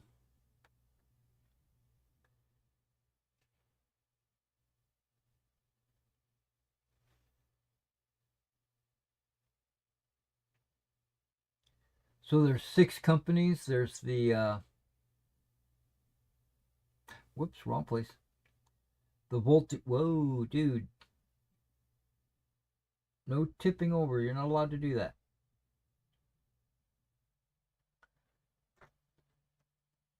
The yeah, there's the 4 main ones and then the 2 elites. And then the command in the middle.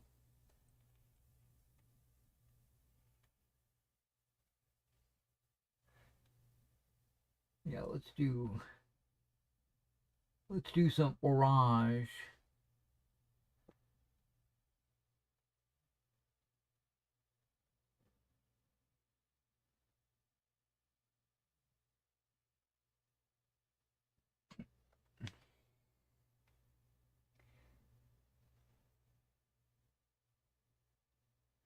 Yeah, when I do my flock, I use 50% Mod Podge and 50% water, and that seems to dry pretty fast.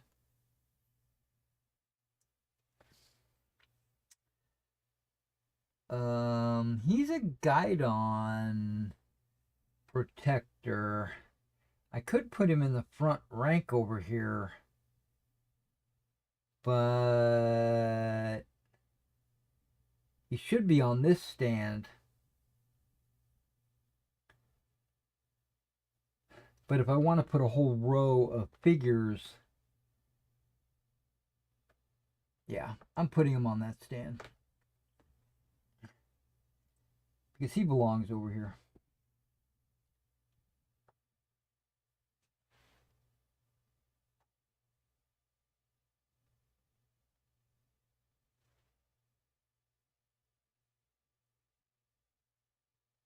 Yeah, I'm going to have to definitely adjust where he's at.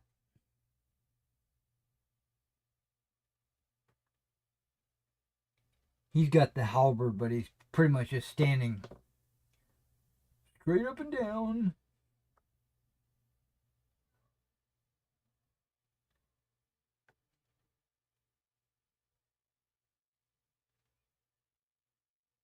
Now, I could go back, like when I do the touch-ups, I could go back and repaint their pom-poms, because that's really the only thing that differentiates the different companies other than the elites. I might do that.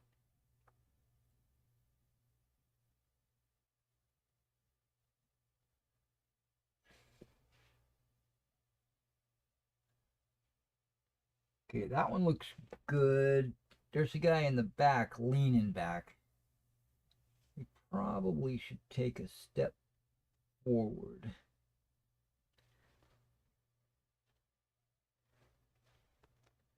This group looks... Actually, that group looks good. I don't need to touch it. Okay, this guy is a little bit too far forward. Bringing him back.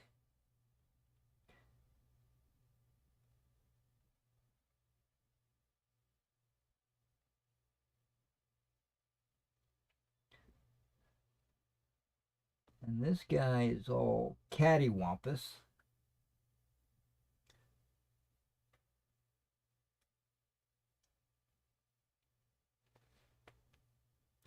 And by putting 3 figures across on a 40mm base, it does exactly what I like.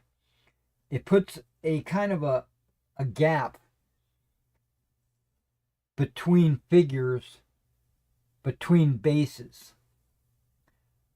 So it really emphasizes the different bases. Okay, there we go. And what about you? Yeah, you're crooked.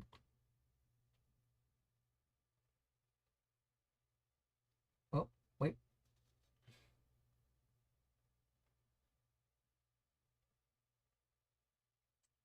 There we go. Um,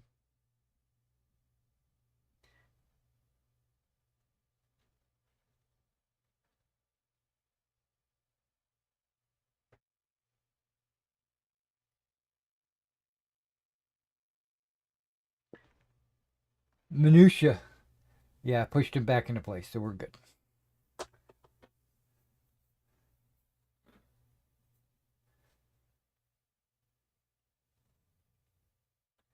Yeah, so with these guys sitting side by side like this, you get like a little gap here between the two bases, and I don't know, it does something for me. It really makes them look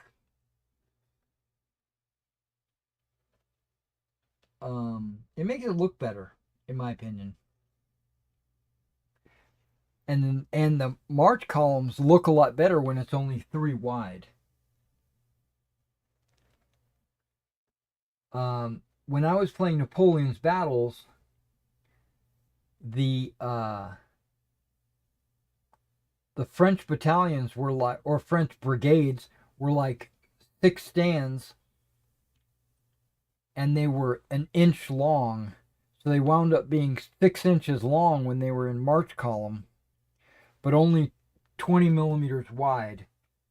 And so it looked funny. It looked like a really long, trailing unit when it shouldn't look that way. It shouldn't be that deep.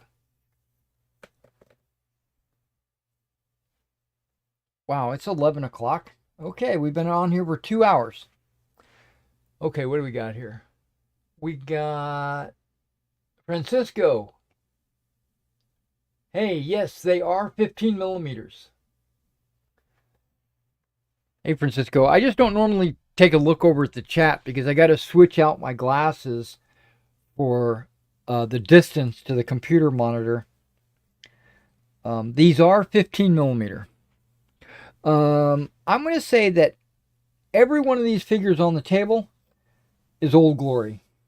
Even these are American War of Independence Hessians, but these are actually Napoleonics. Um, and I'm rebasing them.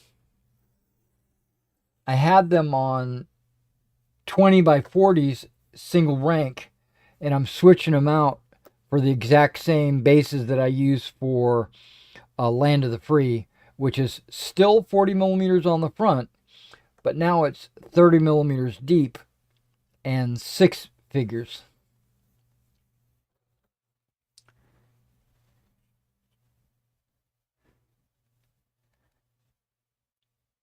It has a better aesthetic. It looks better. And I think I can write my rules around this base technique. Um, like I said, I've written the rules like 3 times. I need to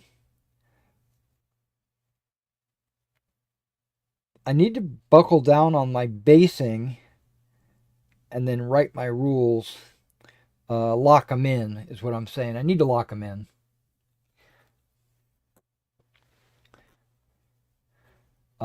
And I'm pretty much going to base them like this.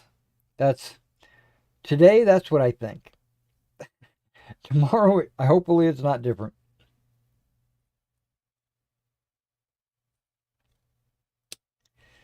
Um, yeah, we're taking them off these super thin Litco bases. I'm also going to redo the type of flock that were on there. Um, yeah. And the mud is going to be, I'm probably going to use the MiG ammo. Well, maybe not. Yeah, I probably will use the MiG ammo mud on some of these.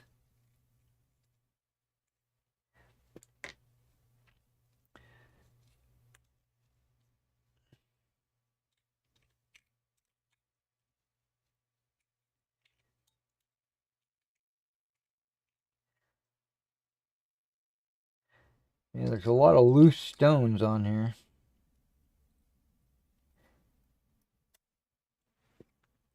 Yeah, that would have cut my thumb if I wasn't wearing this thing. Okay, now we're doing the first of the 108th. I've already done the second of the 108th.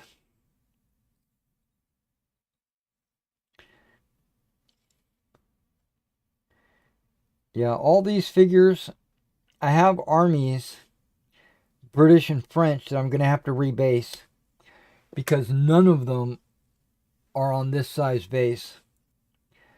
They're either on Napoleon's battles bases or MiG bases. Meg bases. I said MiG, but Meg. And I am changing them out to my own basing, which I'm basically using the same size as Land of the Free.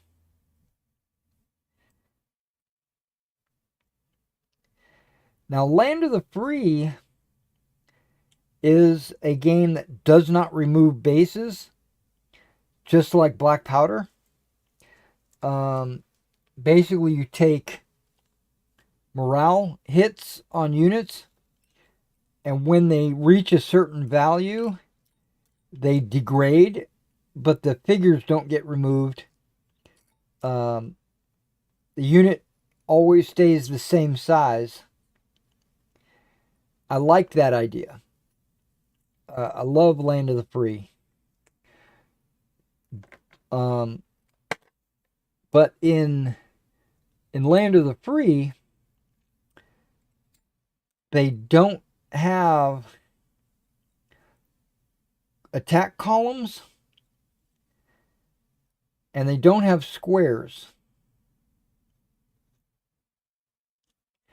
They only have march column, line, or open. Open is like skirmish. You can think of it like skirmish formation or spread out or whatever. But in my game that I'm writing, I am going to include line, march column, but I'm also going to have attack column and square.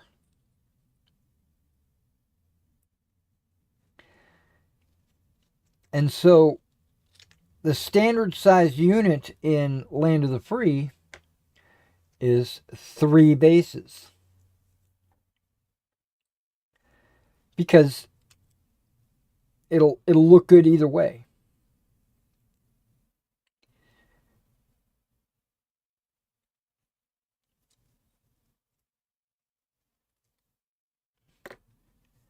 Yeah, so Land of the Free,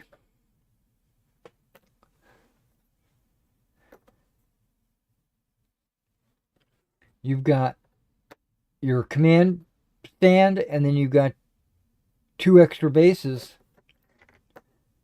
That's a standard unit right there in Land of the Free. The problem with Napoleonics is that's great for line, but what about an attack column? I thought about just doing that like they do in Napoleon's battles, where you just center the back rank, but that doesn't really look that good. So in my game, a standard unit is going to be 4 bases.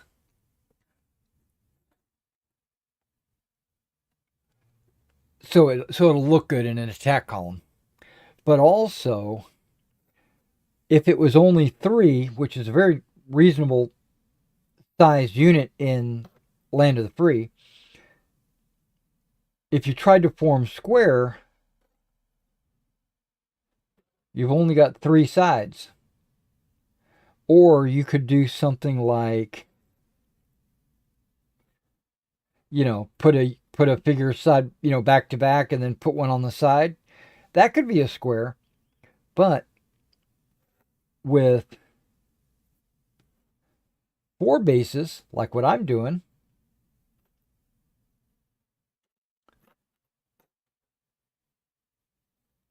my squares will actually look like squares, right? So I'm planning on doing a symmetrical 4-figure unit or 4-base unit, and also not have figure removal. Because if you have figure removal, it'll wind up being the same thing. It'll wind up being 3 or whatever. And then a small unit will be 2 bases, so I can still do a march column. I can still wait, I didn't mess up. Good. I can still do a line, but I can't do an attack column. And I'll have to explain that in the rules. That attack columns, attack columns are basically a ton of figures or a ton of men.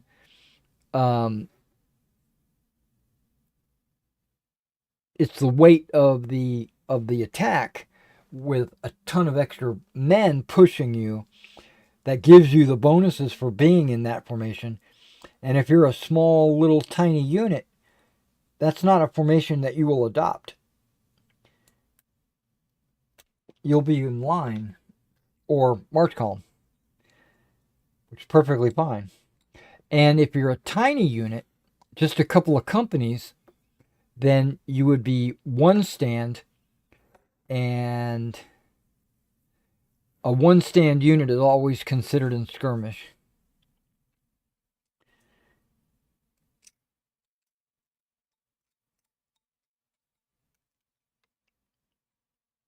And a large is going to be 6 stands instead of the standard 4.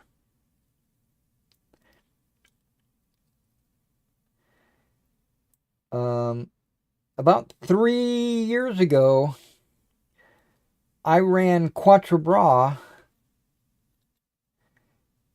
in 28 millimeter at NashCon. And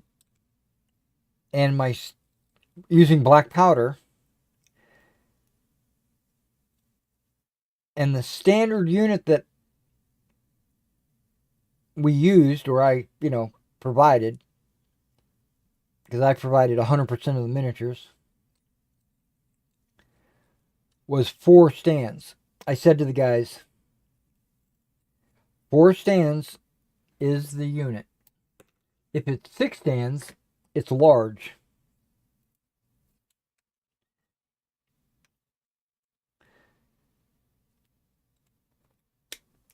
And so that's basically what I'm adopting in my Marshals and Generals.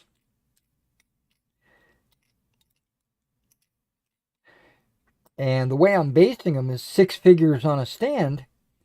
So it's still 24 figures for a battalion. It's just organized a little differently on the stands. And I think it makes it look better.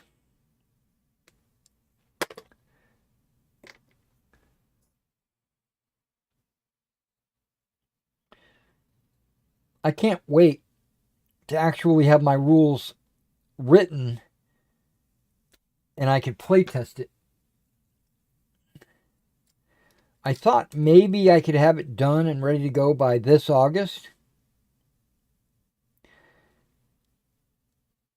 because that's when NashCon is this year. I don't think so. I don't think I'll have it ready.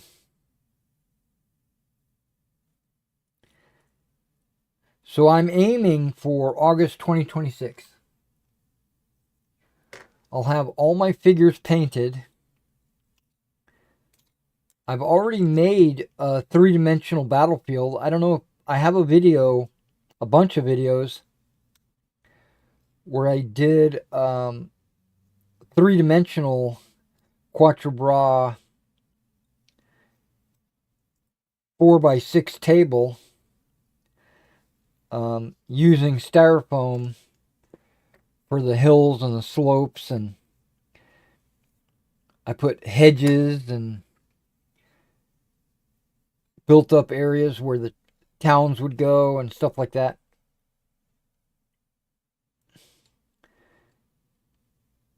And that was originally designed, I think it was originally designed for black powder.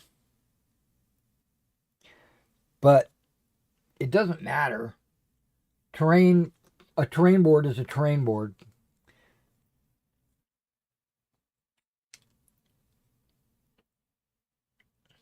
The only thing that might matter is ground scale, but I think I'm pretty much locked in on my ground scale. I think 1 inch is going to be 25 yards, maybe. So 6 inches would be, no, maybe it's 50. Maybe it's 50 yards. Because I want 6 inches to be approximately 300. No, that's not true. I'm lying. Because I'm making a range ruler that's two-thirds the size. So technically 4 inches would be 300 yards. I think. I don't know. We'll figure it out. But that's not today. Today is rebasing. Okay, first to the 108. Looks good. Let me take these finger cozies off. And let's see if I can get these guys to stand up.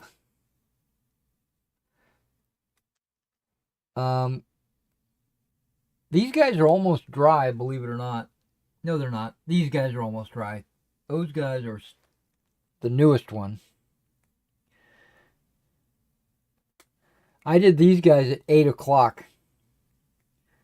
And they're still not dry.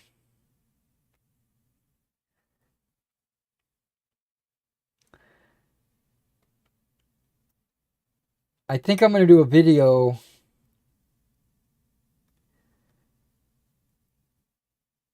after this where I use straight up Elmer's, straight up Mod Podge, and then watered down Elmer's and watered down Mod Podge. We're going to see how well they stick and how long it takes to dry.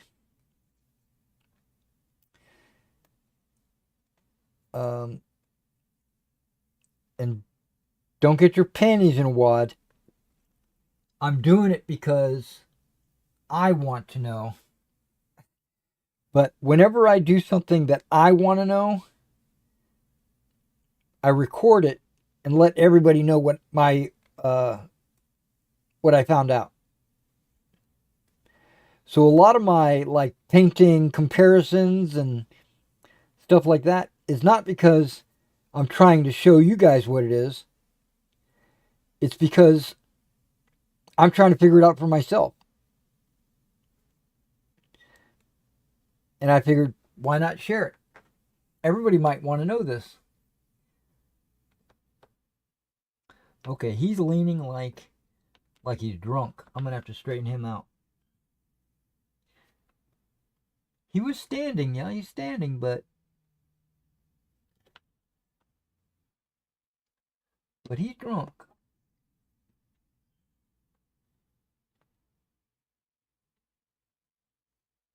Much better. Now he's drunk facing the other direction.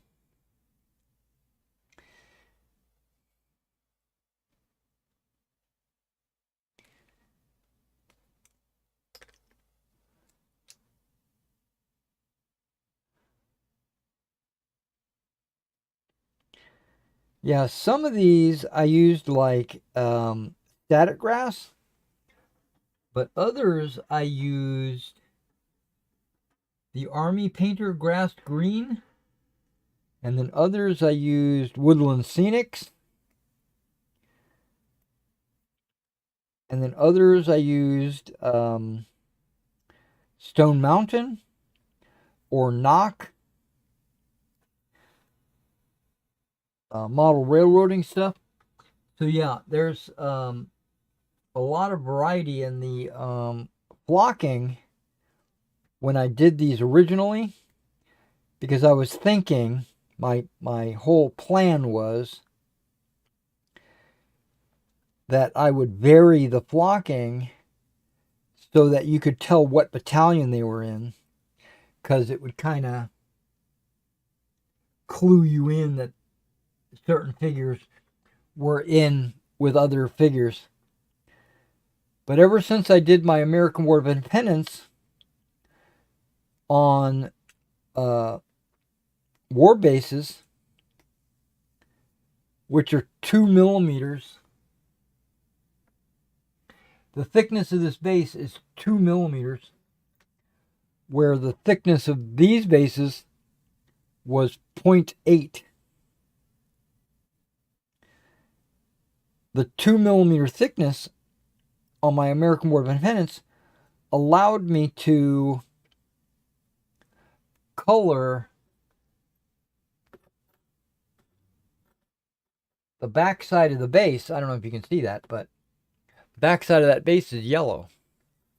So this battalion would have yellow on the back of their base to let you know that they're all part of the same battalion.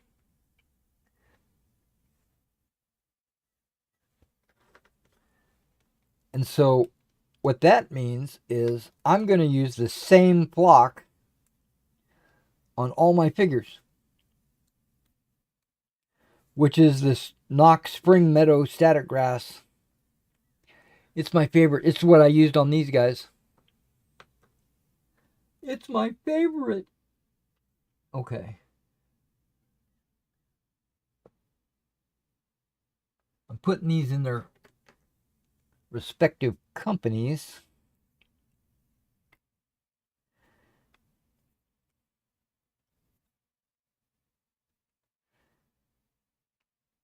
So if I do wind up going to NashCon this year, and I'm still debating on whether or not I'm going to,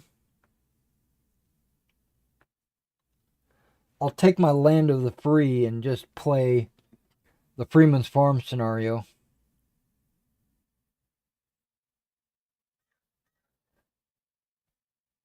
Because whenever I go to a convention, I got to run a game. I can't just play. I gotta give back to the community.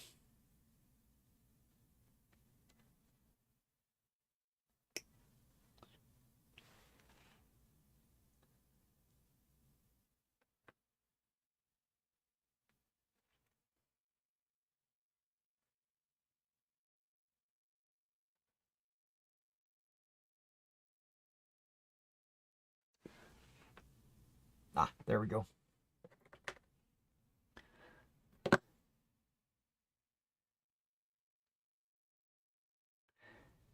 And now I know some people, this is just an anecdote.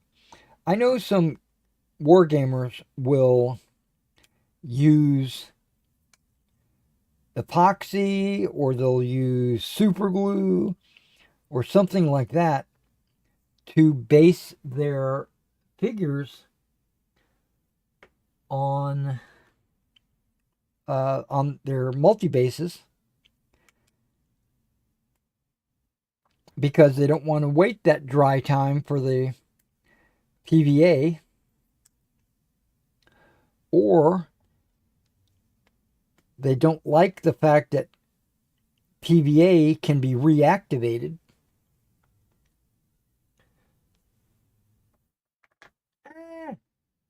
Trying to make sure they all stand up before I start gluing them.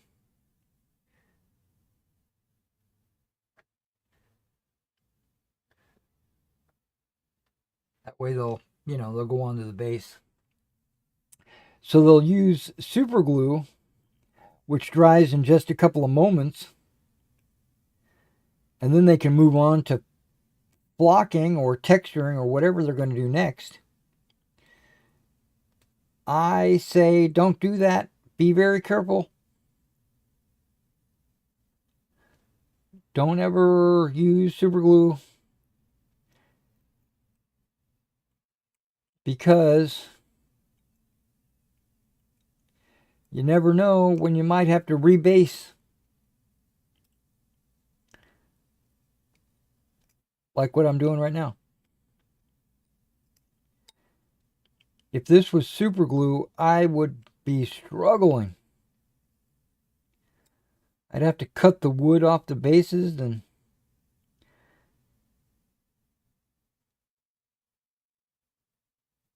yeah, it wouldn't come apart this easy.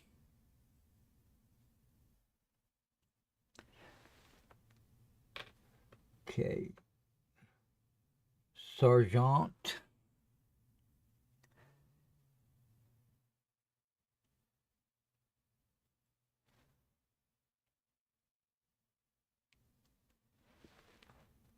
Boom.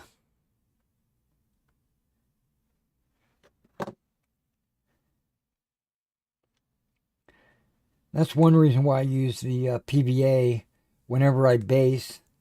That way I can rebase. Because as time goes on, I might switch rule systems.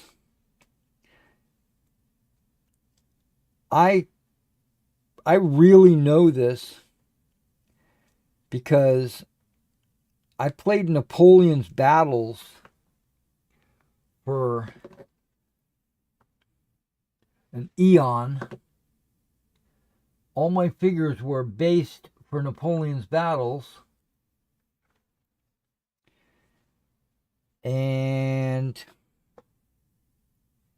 I got to a point with Napoleon's battles that I felt like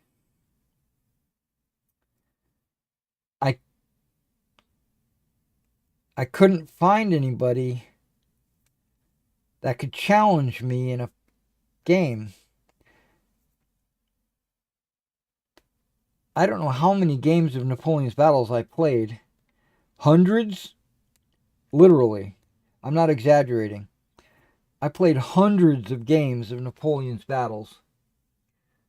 Russians, Prussians, Austrians, British, French, everybody. And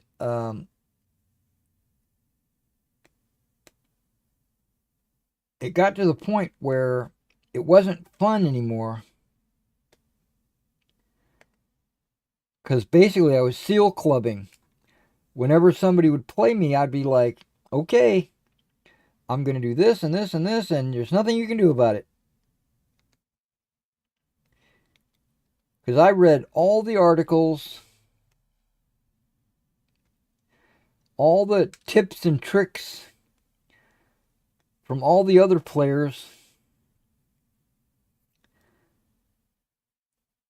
Because it was like my number one go-to game for many years.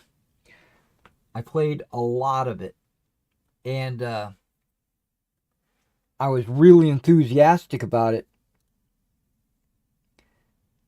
And I would read all these articles and stuff, which I think in the long run contributed to me not liking the game.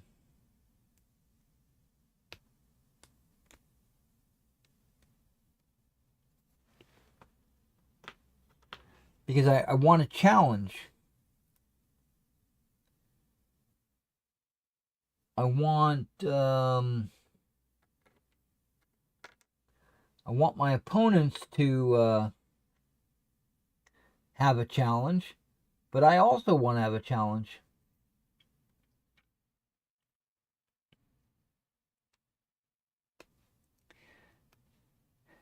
And there was this big flaw in the game that I explained to one of my friends, Michael. I said, this is a flaw. I didn't say this was a flaw.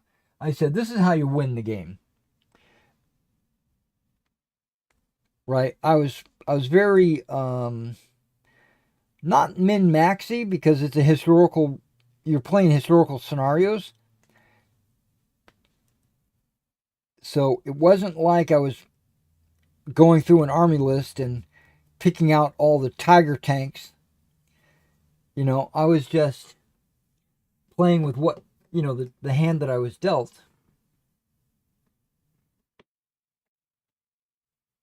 But I explained to him, because he was on my team.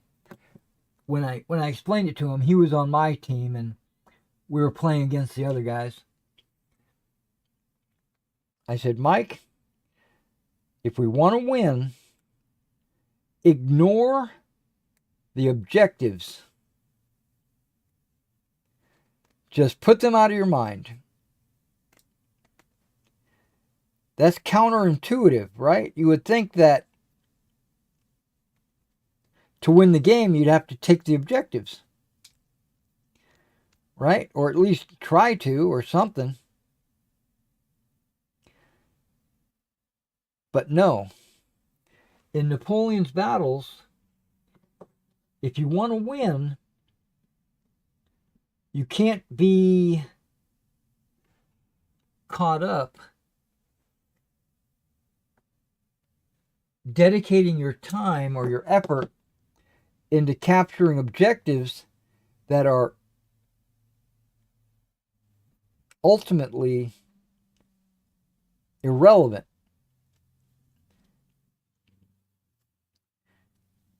Because in that game, you're awarded a certain number of victory points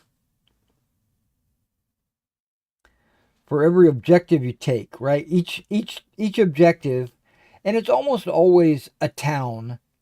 So when you take this town, you get a certain number of victory points. And the victory points are usually pretty huge. So you look at those victory points and you say, man, I got to go take this town, because I'm going to win if I take this town. It's got so many victory points. So that's a false claim. So I tell my buddy, Mike, I say, Mike, ignore that objective. The enemy is probably going to send some people over there and occupy it. And you would have to go over there, and you would have to fight them, and you would take casualties taking this objective. Don't do it. We are going to move across the battlefield. We're going to engage the enemy, and we are going to kill them. Because the quickest way to win the game is if the enemy retreats off the battlefield. And if you cause enough casualties to the enemy, their entire army will retreat off the battlefield.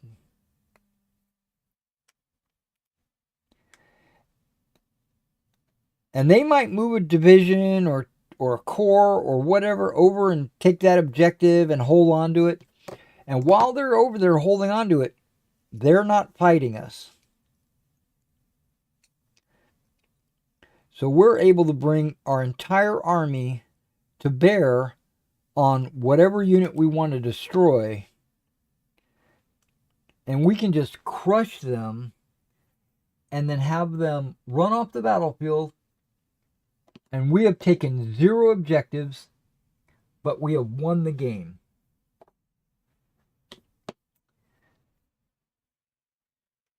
And that worked every time. 100% of the time. Because players get these blinders saying, "Oh, I got to go take this objective because the rule says so."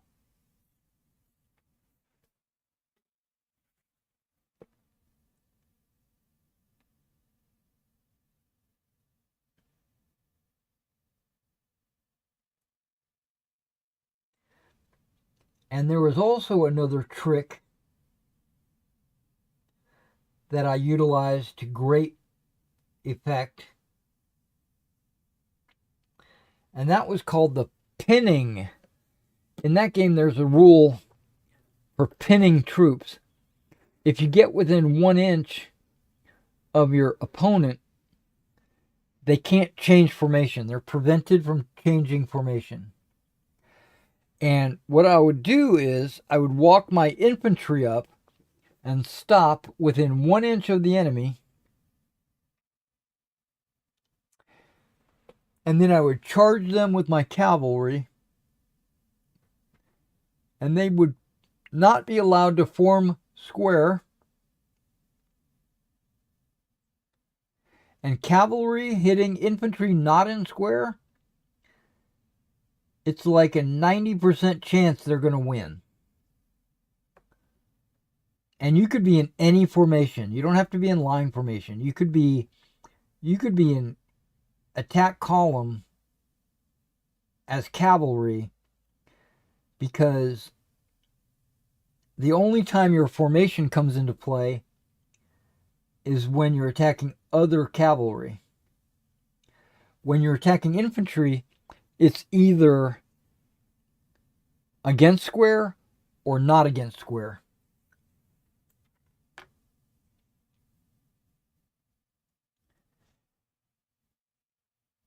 And if they're smart or not so smart and form square ahead of time, before, they see your cavalry getting into position and they say, okay, I'm going to form square, you just charge them with your infantry.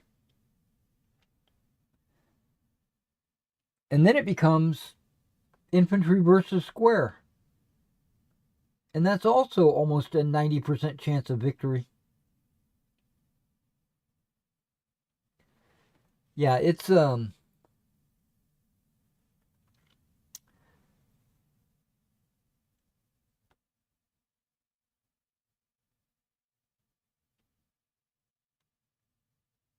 and I would also use a tactic that Napoleon used. So being a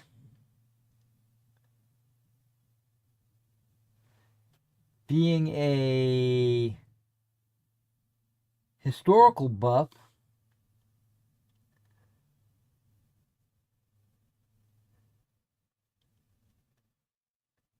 I would do something that's not really in the rules in any way. I mean, it's not a rule, it's just a tactic. Napoleon would have three fighting forces. He has his left, his right, and his reserve. Right? Okay. I have to figure out a way to keep this guy from tipping.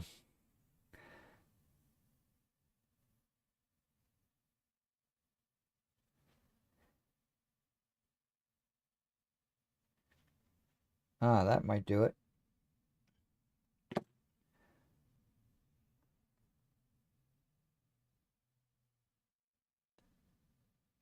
Oh yeah, much better. Much more gooder. And the tactic is you move up with your left or the right, depending on, your positioning. You make a decision and you move up with your left or your right. Well, I should rephrase that. You move up with your left and your right. And then, but then you commit one of them to what's called a pinning action.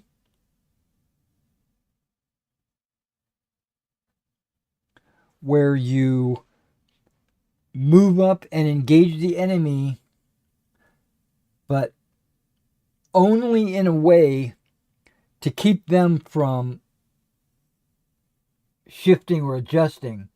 You basically have pinned them, and they're forced to fight you.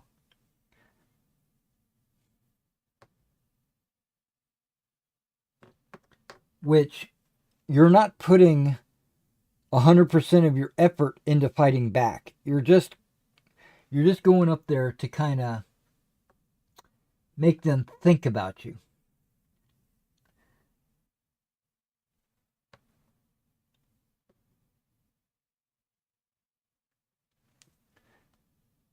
And then you take the other flank and you attack really hard. Close combat, you get up close, you pin with your cavalry or your infantry, and you really lay it to them with one side or the other, not both. And then once you've successfully did like a trap door, you pinned them on one side, and then you folded up one of the other sides. Right where the apex of that curve is where you send in your reserve.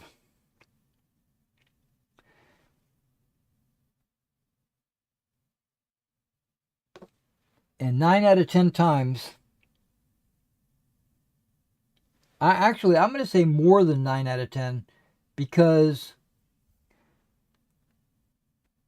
they've probably taken some of their troops and sent them off somewhere to occupy an objective. And by doing that, they made it easier for you to do that maneuver I was just talking about.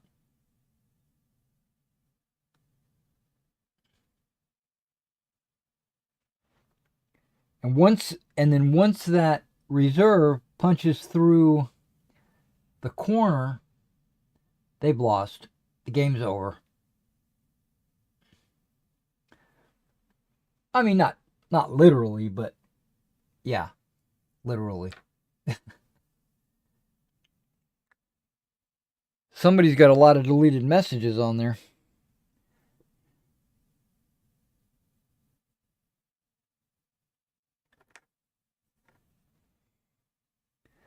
I'll get to reading whatever's posted here in just a second, once I get this glued down.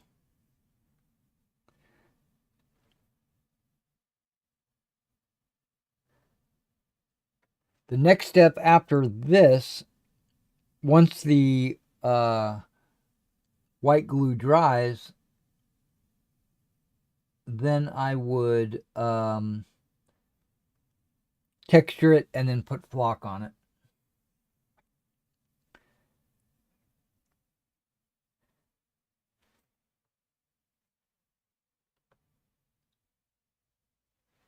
Can I get in there?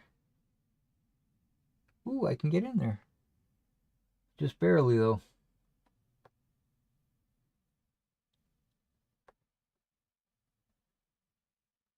Yeah, these guys are going to have to get adjusted.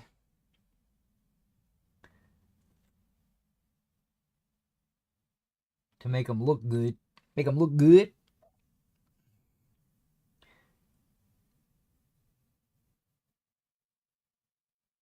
All right, so let's start with these guys. The sergeant is too far back. Whoops.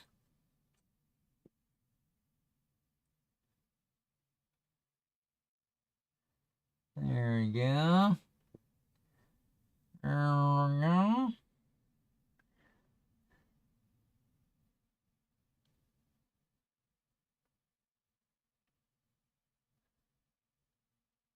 Okay, this guy's got a weird base.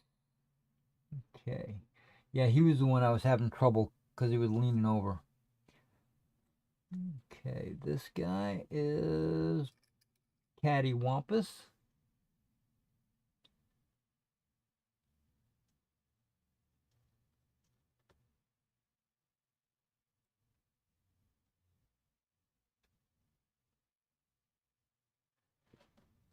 Okay, that looks good.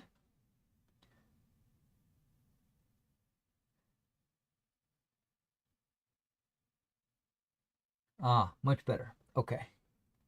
I think these guys look good the way they are. I'm not going to mess with them. These guys... This officer is too far back. You need to lead from the front. The drummer is too far back. And the standard bearer is too far back.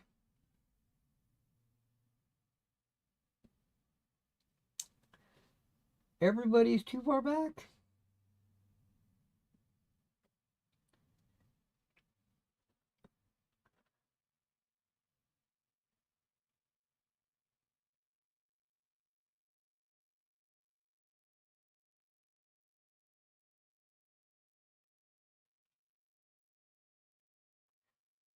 Yeah, and it looks like he's going to shoot him in the back of the head. I've got to angle it so it looks like he's shooting over to the side of him. There we go.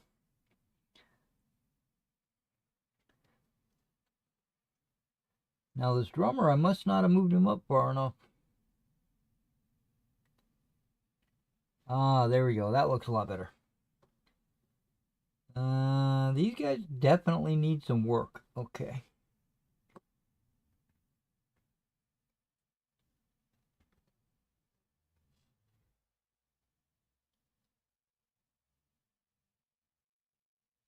That looks good. That looks good.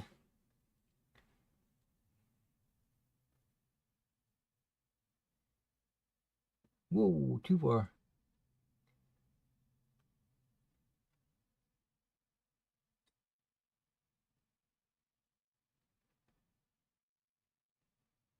Okay, there we go.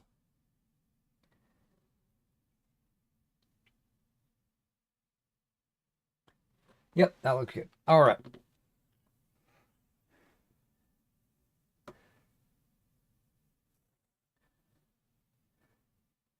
Yeah. Almost lunchtime. After lunch, I might do a video about glue dry times. Maybe. That might be something I do. Okay, well I can't progress any further with these guys until they dry. I could continue doing more units. I've got like 100 units that I have to do, but I don't think I'm going to try to do them all in one day. We're going to do. My goal is going to be like 4 a day. We'll see if we can do that. Francesco says, hello, are they 15s? Okay. And Skyrim today. Tonight, yes. Today, probably not. Yeah, in the afternoon, probably not. I want to film another video before my wife gets home. Maybe I'll treat myself to an energy drink and watch later. Yeah. I like to record videos when my wife is not here. Mainly because she's like either cooking, she has the radio on, or she's walking back and forth to the pantry, to the kitchen, or whatever. And it just disturbs the video. So that's why I do these live streams when nobody's in the house. It's just me, so there's no interruptions. And she'll be home in about 3 hours, so I've got a couple of hours to record a video. I'm not going to do it live. I'm going to record it, edit it for content, and then for and gaps and stuff like that.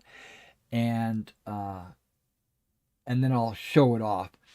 So basically, it's going to be an Elmer's versus Mod Podge versus watered down dry times.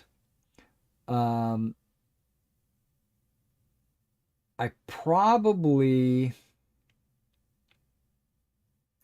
should take a unit, chop it, or get it ready to glue, and then, you know, cut it off of its bases and then glue it down with that technique on that recording. Right? Okay. So what does that mean? That means whoa, what was that?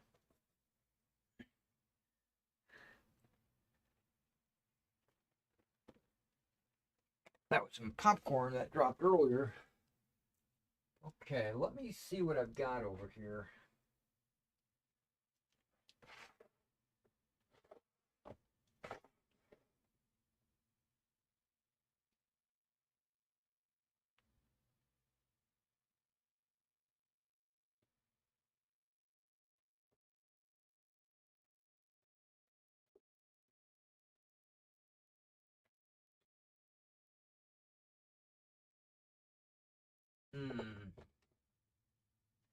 I have some Dutch Belgians, or I should say, I have some. Ooh, I've got some Brunswickers.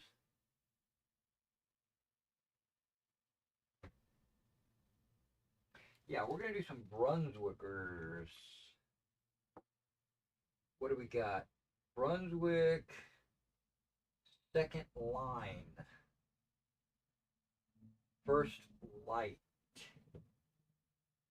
third line. Man, these guys are all mixed up. Okay, second line,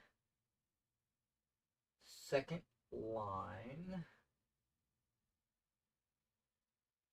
second line. Okay, we're making progress. Third line. Okay, the Brunswickers have two flags, if I remember right. Okay, they're the Liebers. That's first line. Oh my goodness gracious.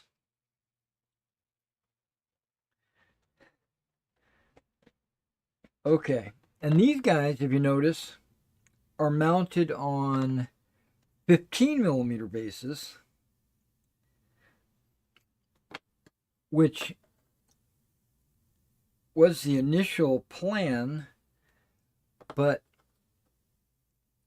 they have a tendency to tip over.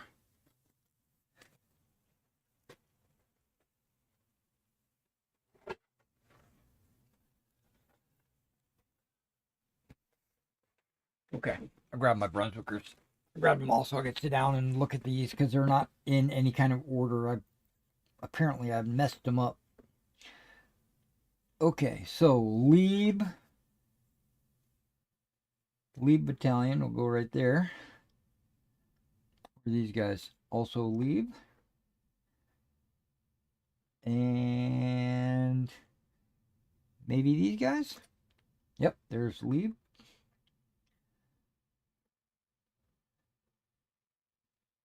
And Lieb. Okay, so I'm missing one flag. Or one stand of Lieb. The Liebsters. Okay, these guys look like avant-garde. Okay.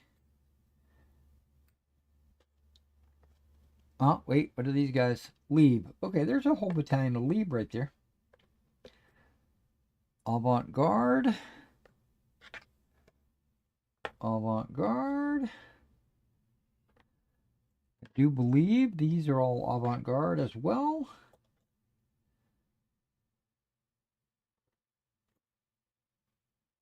And avant-garde. Okay. Yeah, when I was doing my Brunswickers, I thought I was going to do everything in 15 millimeter base sizes. And then we decided not to do that. Okay, so these guys have blue tops. That would be the line units.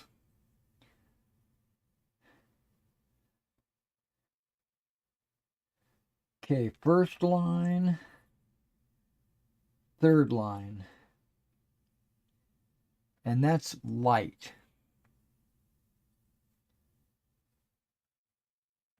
First line, third line, third,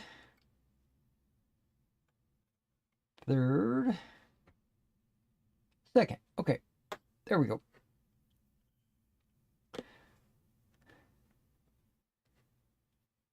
Let's go ahead and just get these organized while I'm here. Third line. Third line. Okay, so there's all over the third line. This has got to be the first line down here. Yep. First line. First line. Okay, because I've got first, second, and third line battalions. And then I've got first, second, and third light battalions. And the light battalions, they don't have any flags at all. Because I don't think they're supposed to. And then the line battalions have 2 flags. Yeah. That works. Avant-garde has no flags. And Lieb only has 1 flag. Because they're kind of like mixed in with some Jaegers and stuff.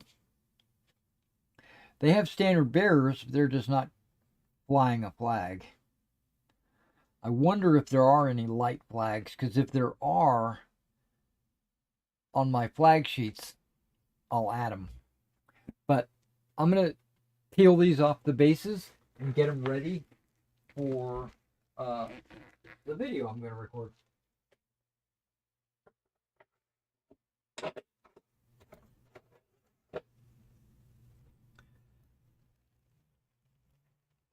And then I'll go eat some lunch. And then I'll do the recordings.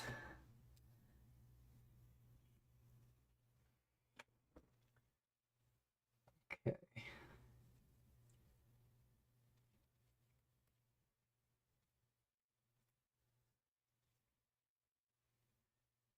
Yeah, tonight we're doing the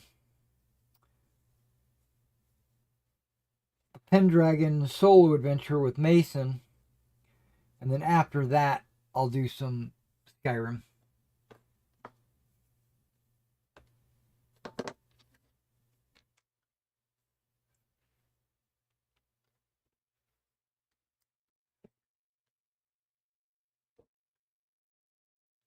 Okay. Now these are a little bit harder to grip onto because they're 15mm bases.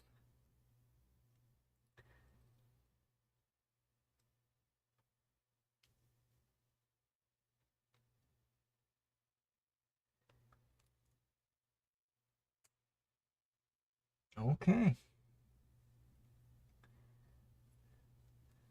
That guy's on there nice and snug.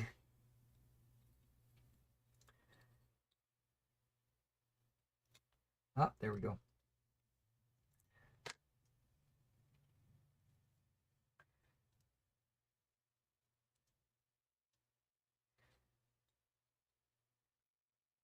Now, just like my Hessians,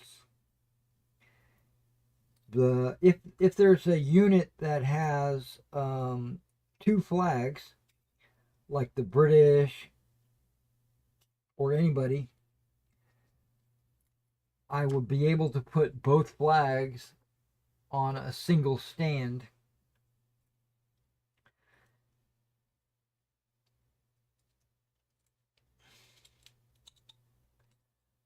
When I was doing these guys, I thought it would be cool to have 2 command stands that I could put side by side, and that would have all the flags. You know, you'd have a flag on this one and a flag on that one. and then you would know exactly where the split was. But that's not necessary. I don't think that's necessary.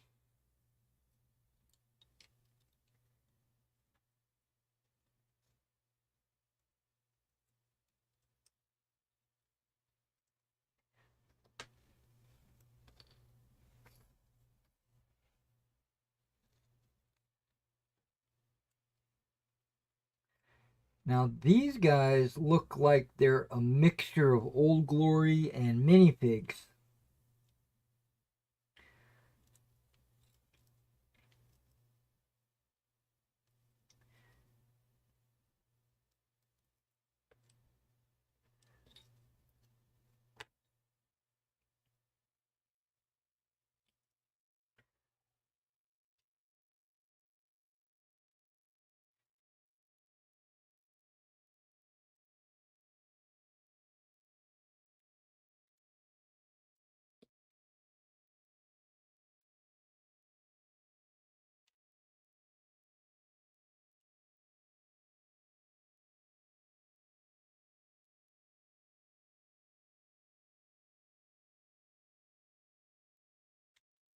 Yeah, these guys have green facings. They have a green stripe on their trousers and green collars and cuffs.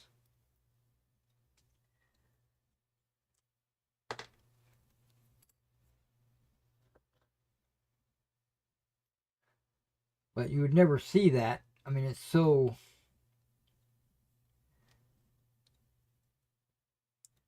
small.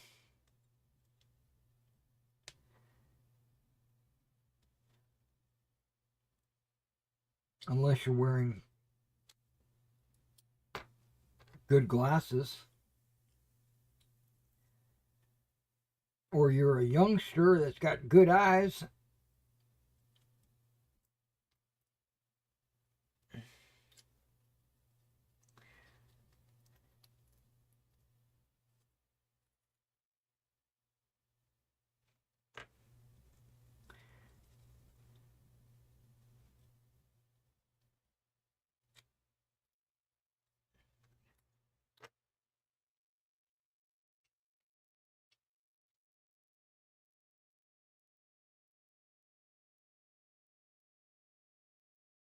Now, the issue is, or I should say, part of the problem making this video is I'm going to have to sit and wait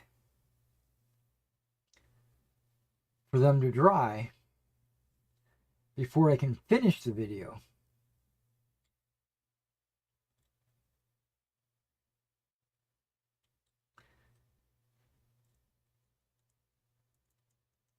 So I'll probably finish the video tonight. Maybe after Skyrim.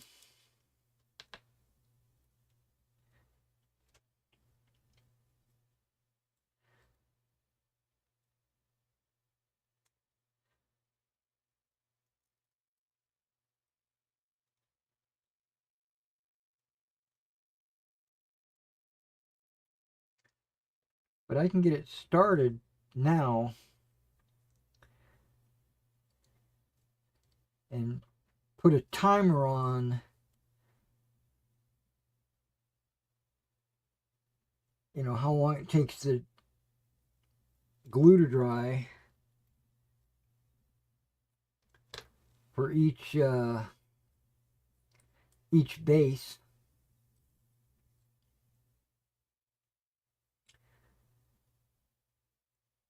And then after, I guess it'll be close to 12 hours, we can test the strength of, not really, I'm not going to yank on them, but I'll do things like this, just pick them up and see if they'll stay attached.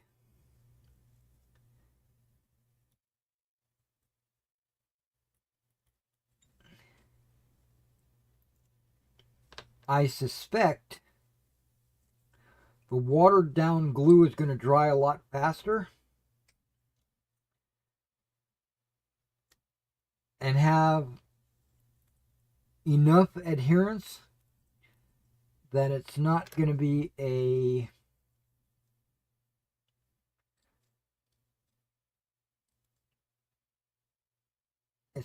concern.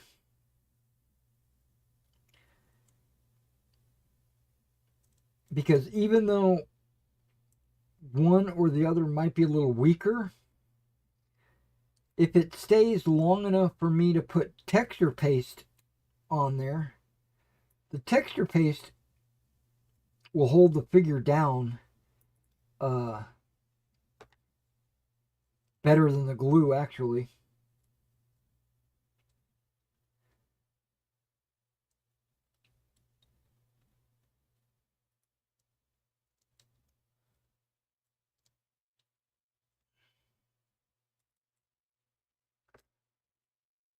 Yeah, once I got the hang of this, these guys are coming off pretty fast.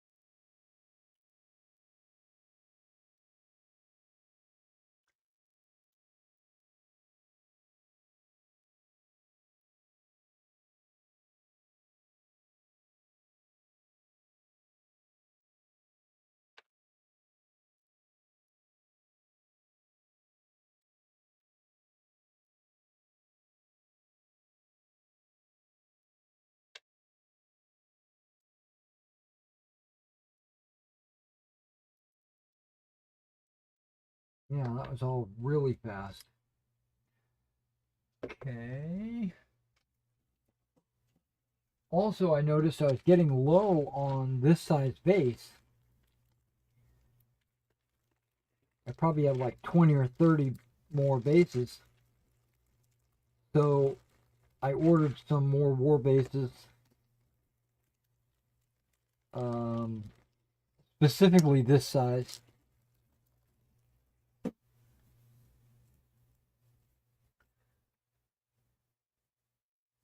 Because I knew I was going to be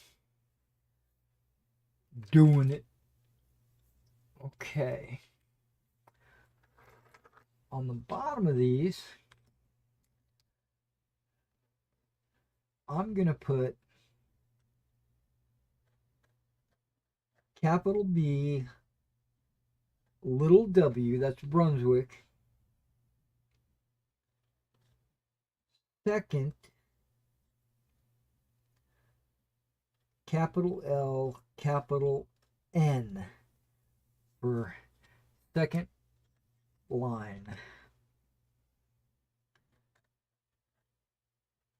Brunswick. Second line. Brunswick. Second line. One more.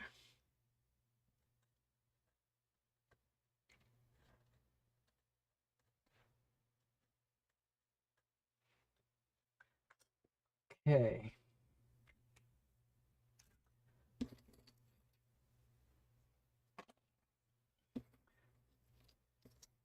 And I'm not saving those.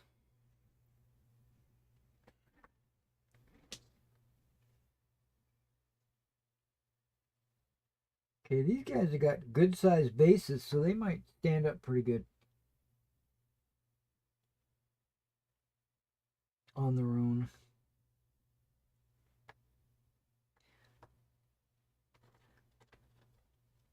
And they're not grenadiers or voltigeurs. they all have the same uniform. So I should just be able to put them on whatever base I want.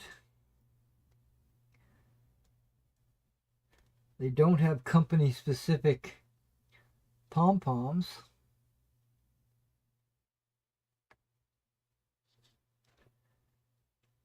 So if there are some guys with their muskets straight up and down and others with their muskets charging, I'll put the charging ones in the front.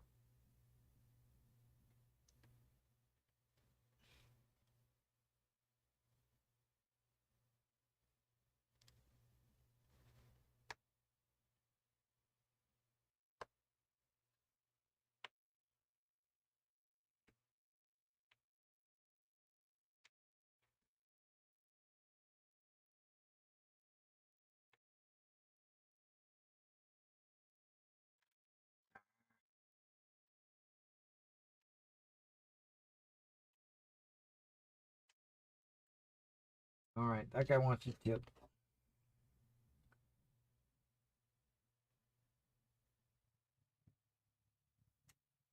Come on, open up. There we go.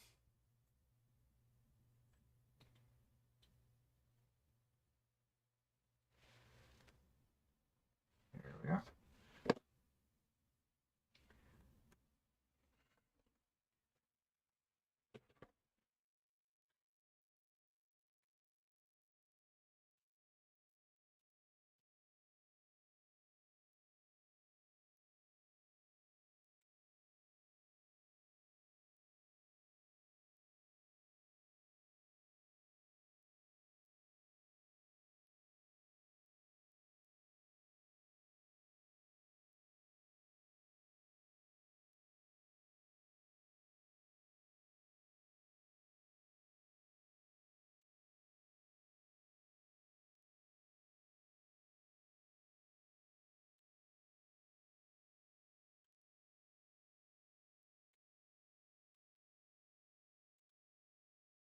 Okay, how many drummers do I have? Maybe just one?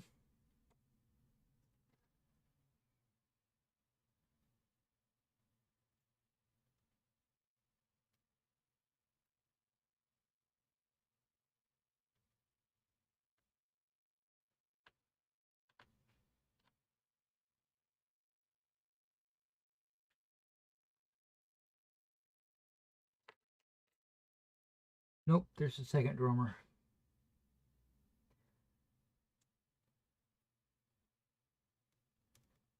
I must have had one on each command stand.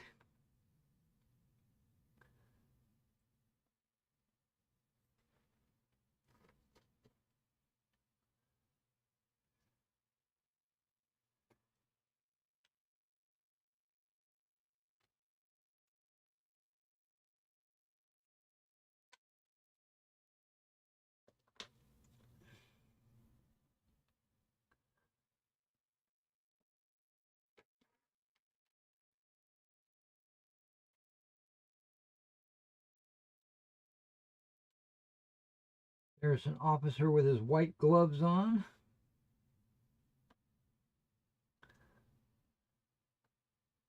There might be an officer with green gloves. Or maybe not. Maybe no more officers. Okay.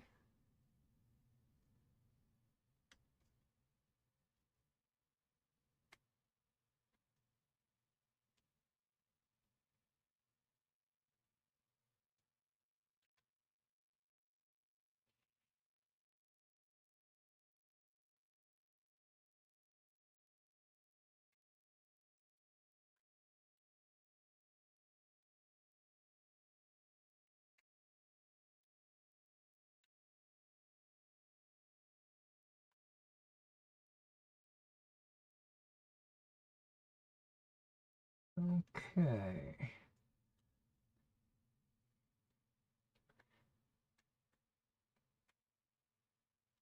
We had hamburgers last night. And I know she cooked way more hamburgers than what we ate. So I bet you there's a few hamburgers still in the fridge. I could probably nuke them and eat that for lunch.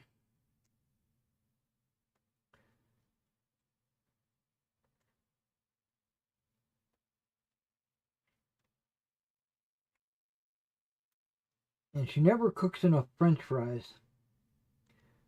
So those are probably all gone.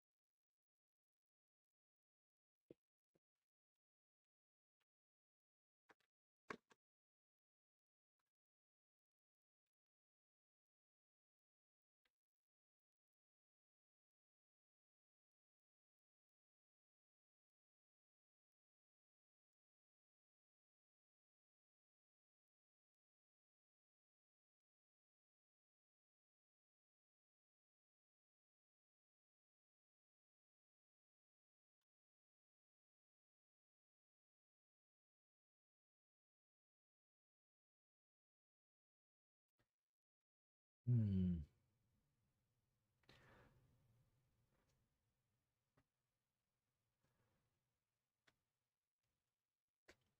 He's got his weapon shoulder arms, so he's probably going to go in the back.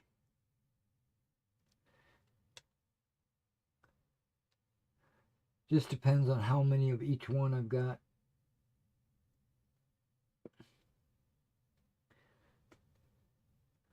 I love my Brunswickers. These are the guys that I did. These were some of the first units I ever did.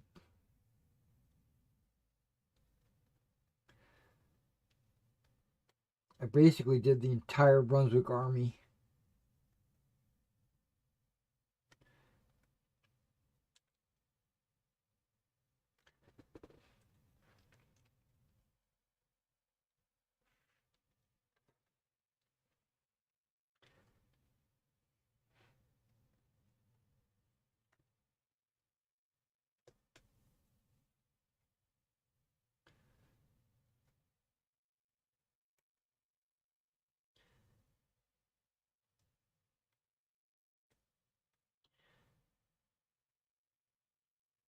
Yeah, remember guys, if you want figures painted for your army, I definitely do commissions. And I would be honored to paint your models for you.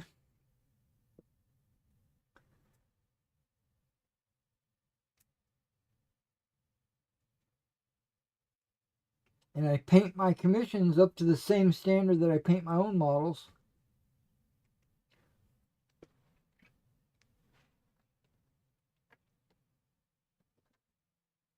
Sometimes even with the same colors.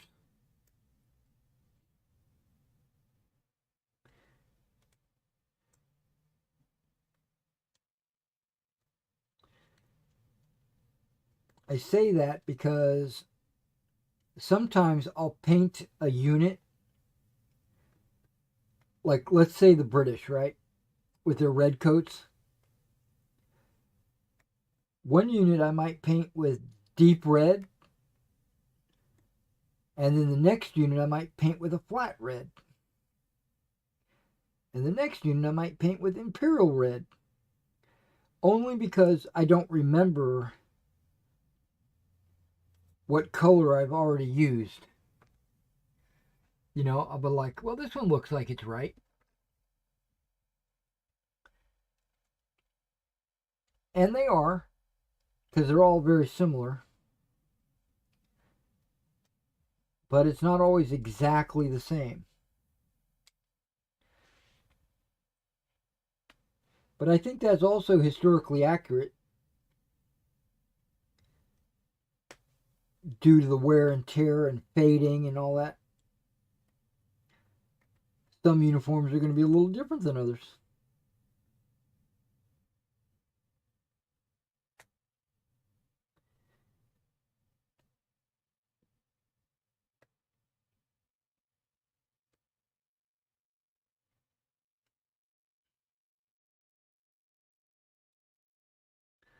But I try to get them all the same just to make the army look good. There was a time when I would paint a lot of units at the same time, specifically to avoid that problem. I'd be like, let me paint all these guys with red, so I'm using the exact same red.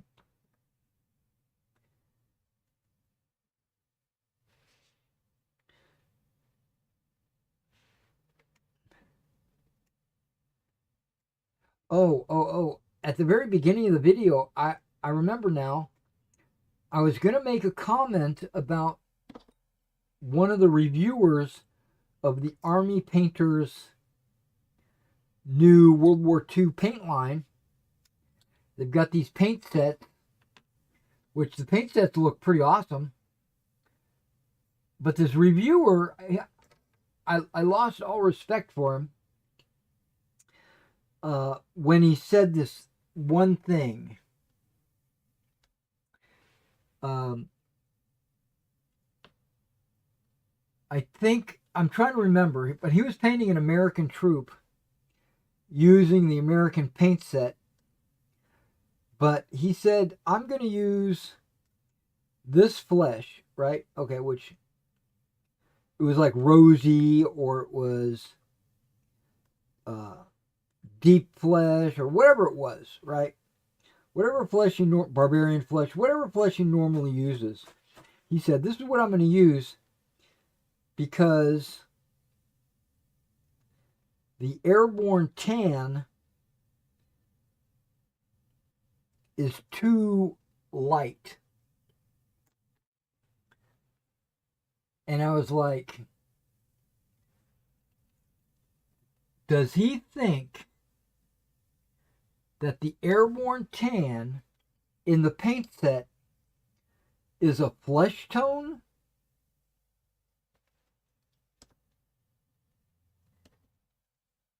And the answer is yes. He thought the airborne tan was a flesh tone.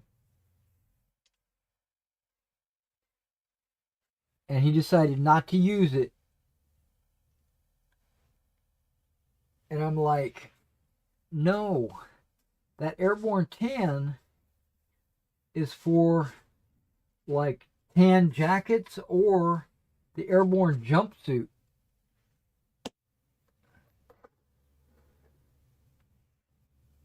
The guy was. But yeah, those paint sets, they look really good. Unfortunately, half of the paint is the same in all three sets. You get 20 paints for $80. That basically makes it $4 a paint, right? $4 each. And if you bought the paint individually on their website, it's $4.25. So you're saving $4. Is my math right? No, $5. You're saving $5 by buying the paint set. Plus, you get a free brush, which I don't know how good the Army Painter brushes are. A lot of people like them. I've never used them. I did order 2 of the War Bases paintbrushes. I'd like to see what those look like, how they act. They seemed like they were reasonably priced. They were like $2 or $4 per brush, which is pretty high, but if it's a good brush, it's worth it. But yeah, if you get, and the paint set, the World War II paint set, let's just talk about the Germans. You got a light field drab, a medium field field gray. You got a light field gray, a medium field gray, and a dark field gray. And then you get, I don't even remember what the other colors are, but it doesn't seem like it's good value, is what I'm trying to say. The paint sets look awesome, and if you're only buying one of them, it's a great value. If you already don't have the other 10 paints that are basic paints like black, white, wash, metallic. I think it's steel. It's not even gunmetal. It's steel. There's a lot of things about those paint sets that I don't like. I think there's more. I was going to order them. I said to myself, I'm going to go in there and I'm going to order all three of these. But then when I looked at them, I was like, no, I'm not going to order these. These paint sets are a ripoff. I'm paying $80 a paint set. There's three of them. And 30 of the paints I already have on the wall here. So I'm only getting 30 new Fanatic paints. And most of them I don't need. A new painter, someone brand new, someone just getting into World War II, maybe someone who's never painted before, I think it would be a great paint set. Just one of them. Pick an army, American, German, or British, and then pick that paint set. And then maybe pick another paint set later when you run out of your black and white, which you're not going to use that much on a World War II figure. You're not going to be using white for anything unless you're painting winter camouflage. And even then, I don't paint straight white. I use like a beige or a very light gray. All right, guys. Well, I'm going to end it right here. This is a great spot to end it. I'm going to eat, and then I'm going to come back and do a recording off stream. It's not going to be live, of me gluing these down with, like I said, Elmer's, Mod Podge, and both watered down. And then later tonight, after everything is fully dry, we'll do a little strength test on them. But in the meantime, I'll have a timer or maybe a little card written out here that'll, and then I'll write down the times when they are dry, not completely dry, but dry enough where I can pick them up. Like these guys, I can pick them up. It's still white, but I can still pick it up by the figure.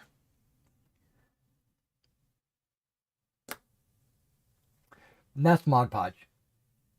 It's this. It's not Elmer's. It's Mod Podge. All right. You guys take care. What was the last chat? Nothing. All right. You guys have a great day.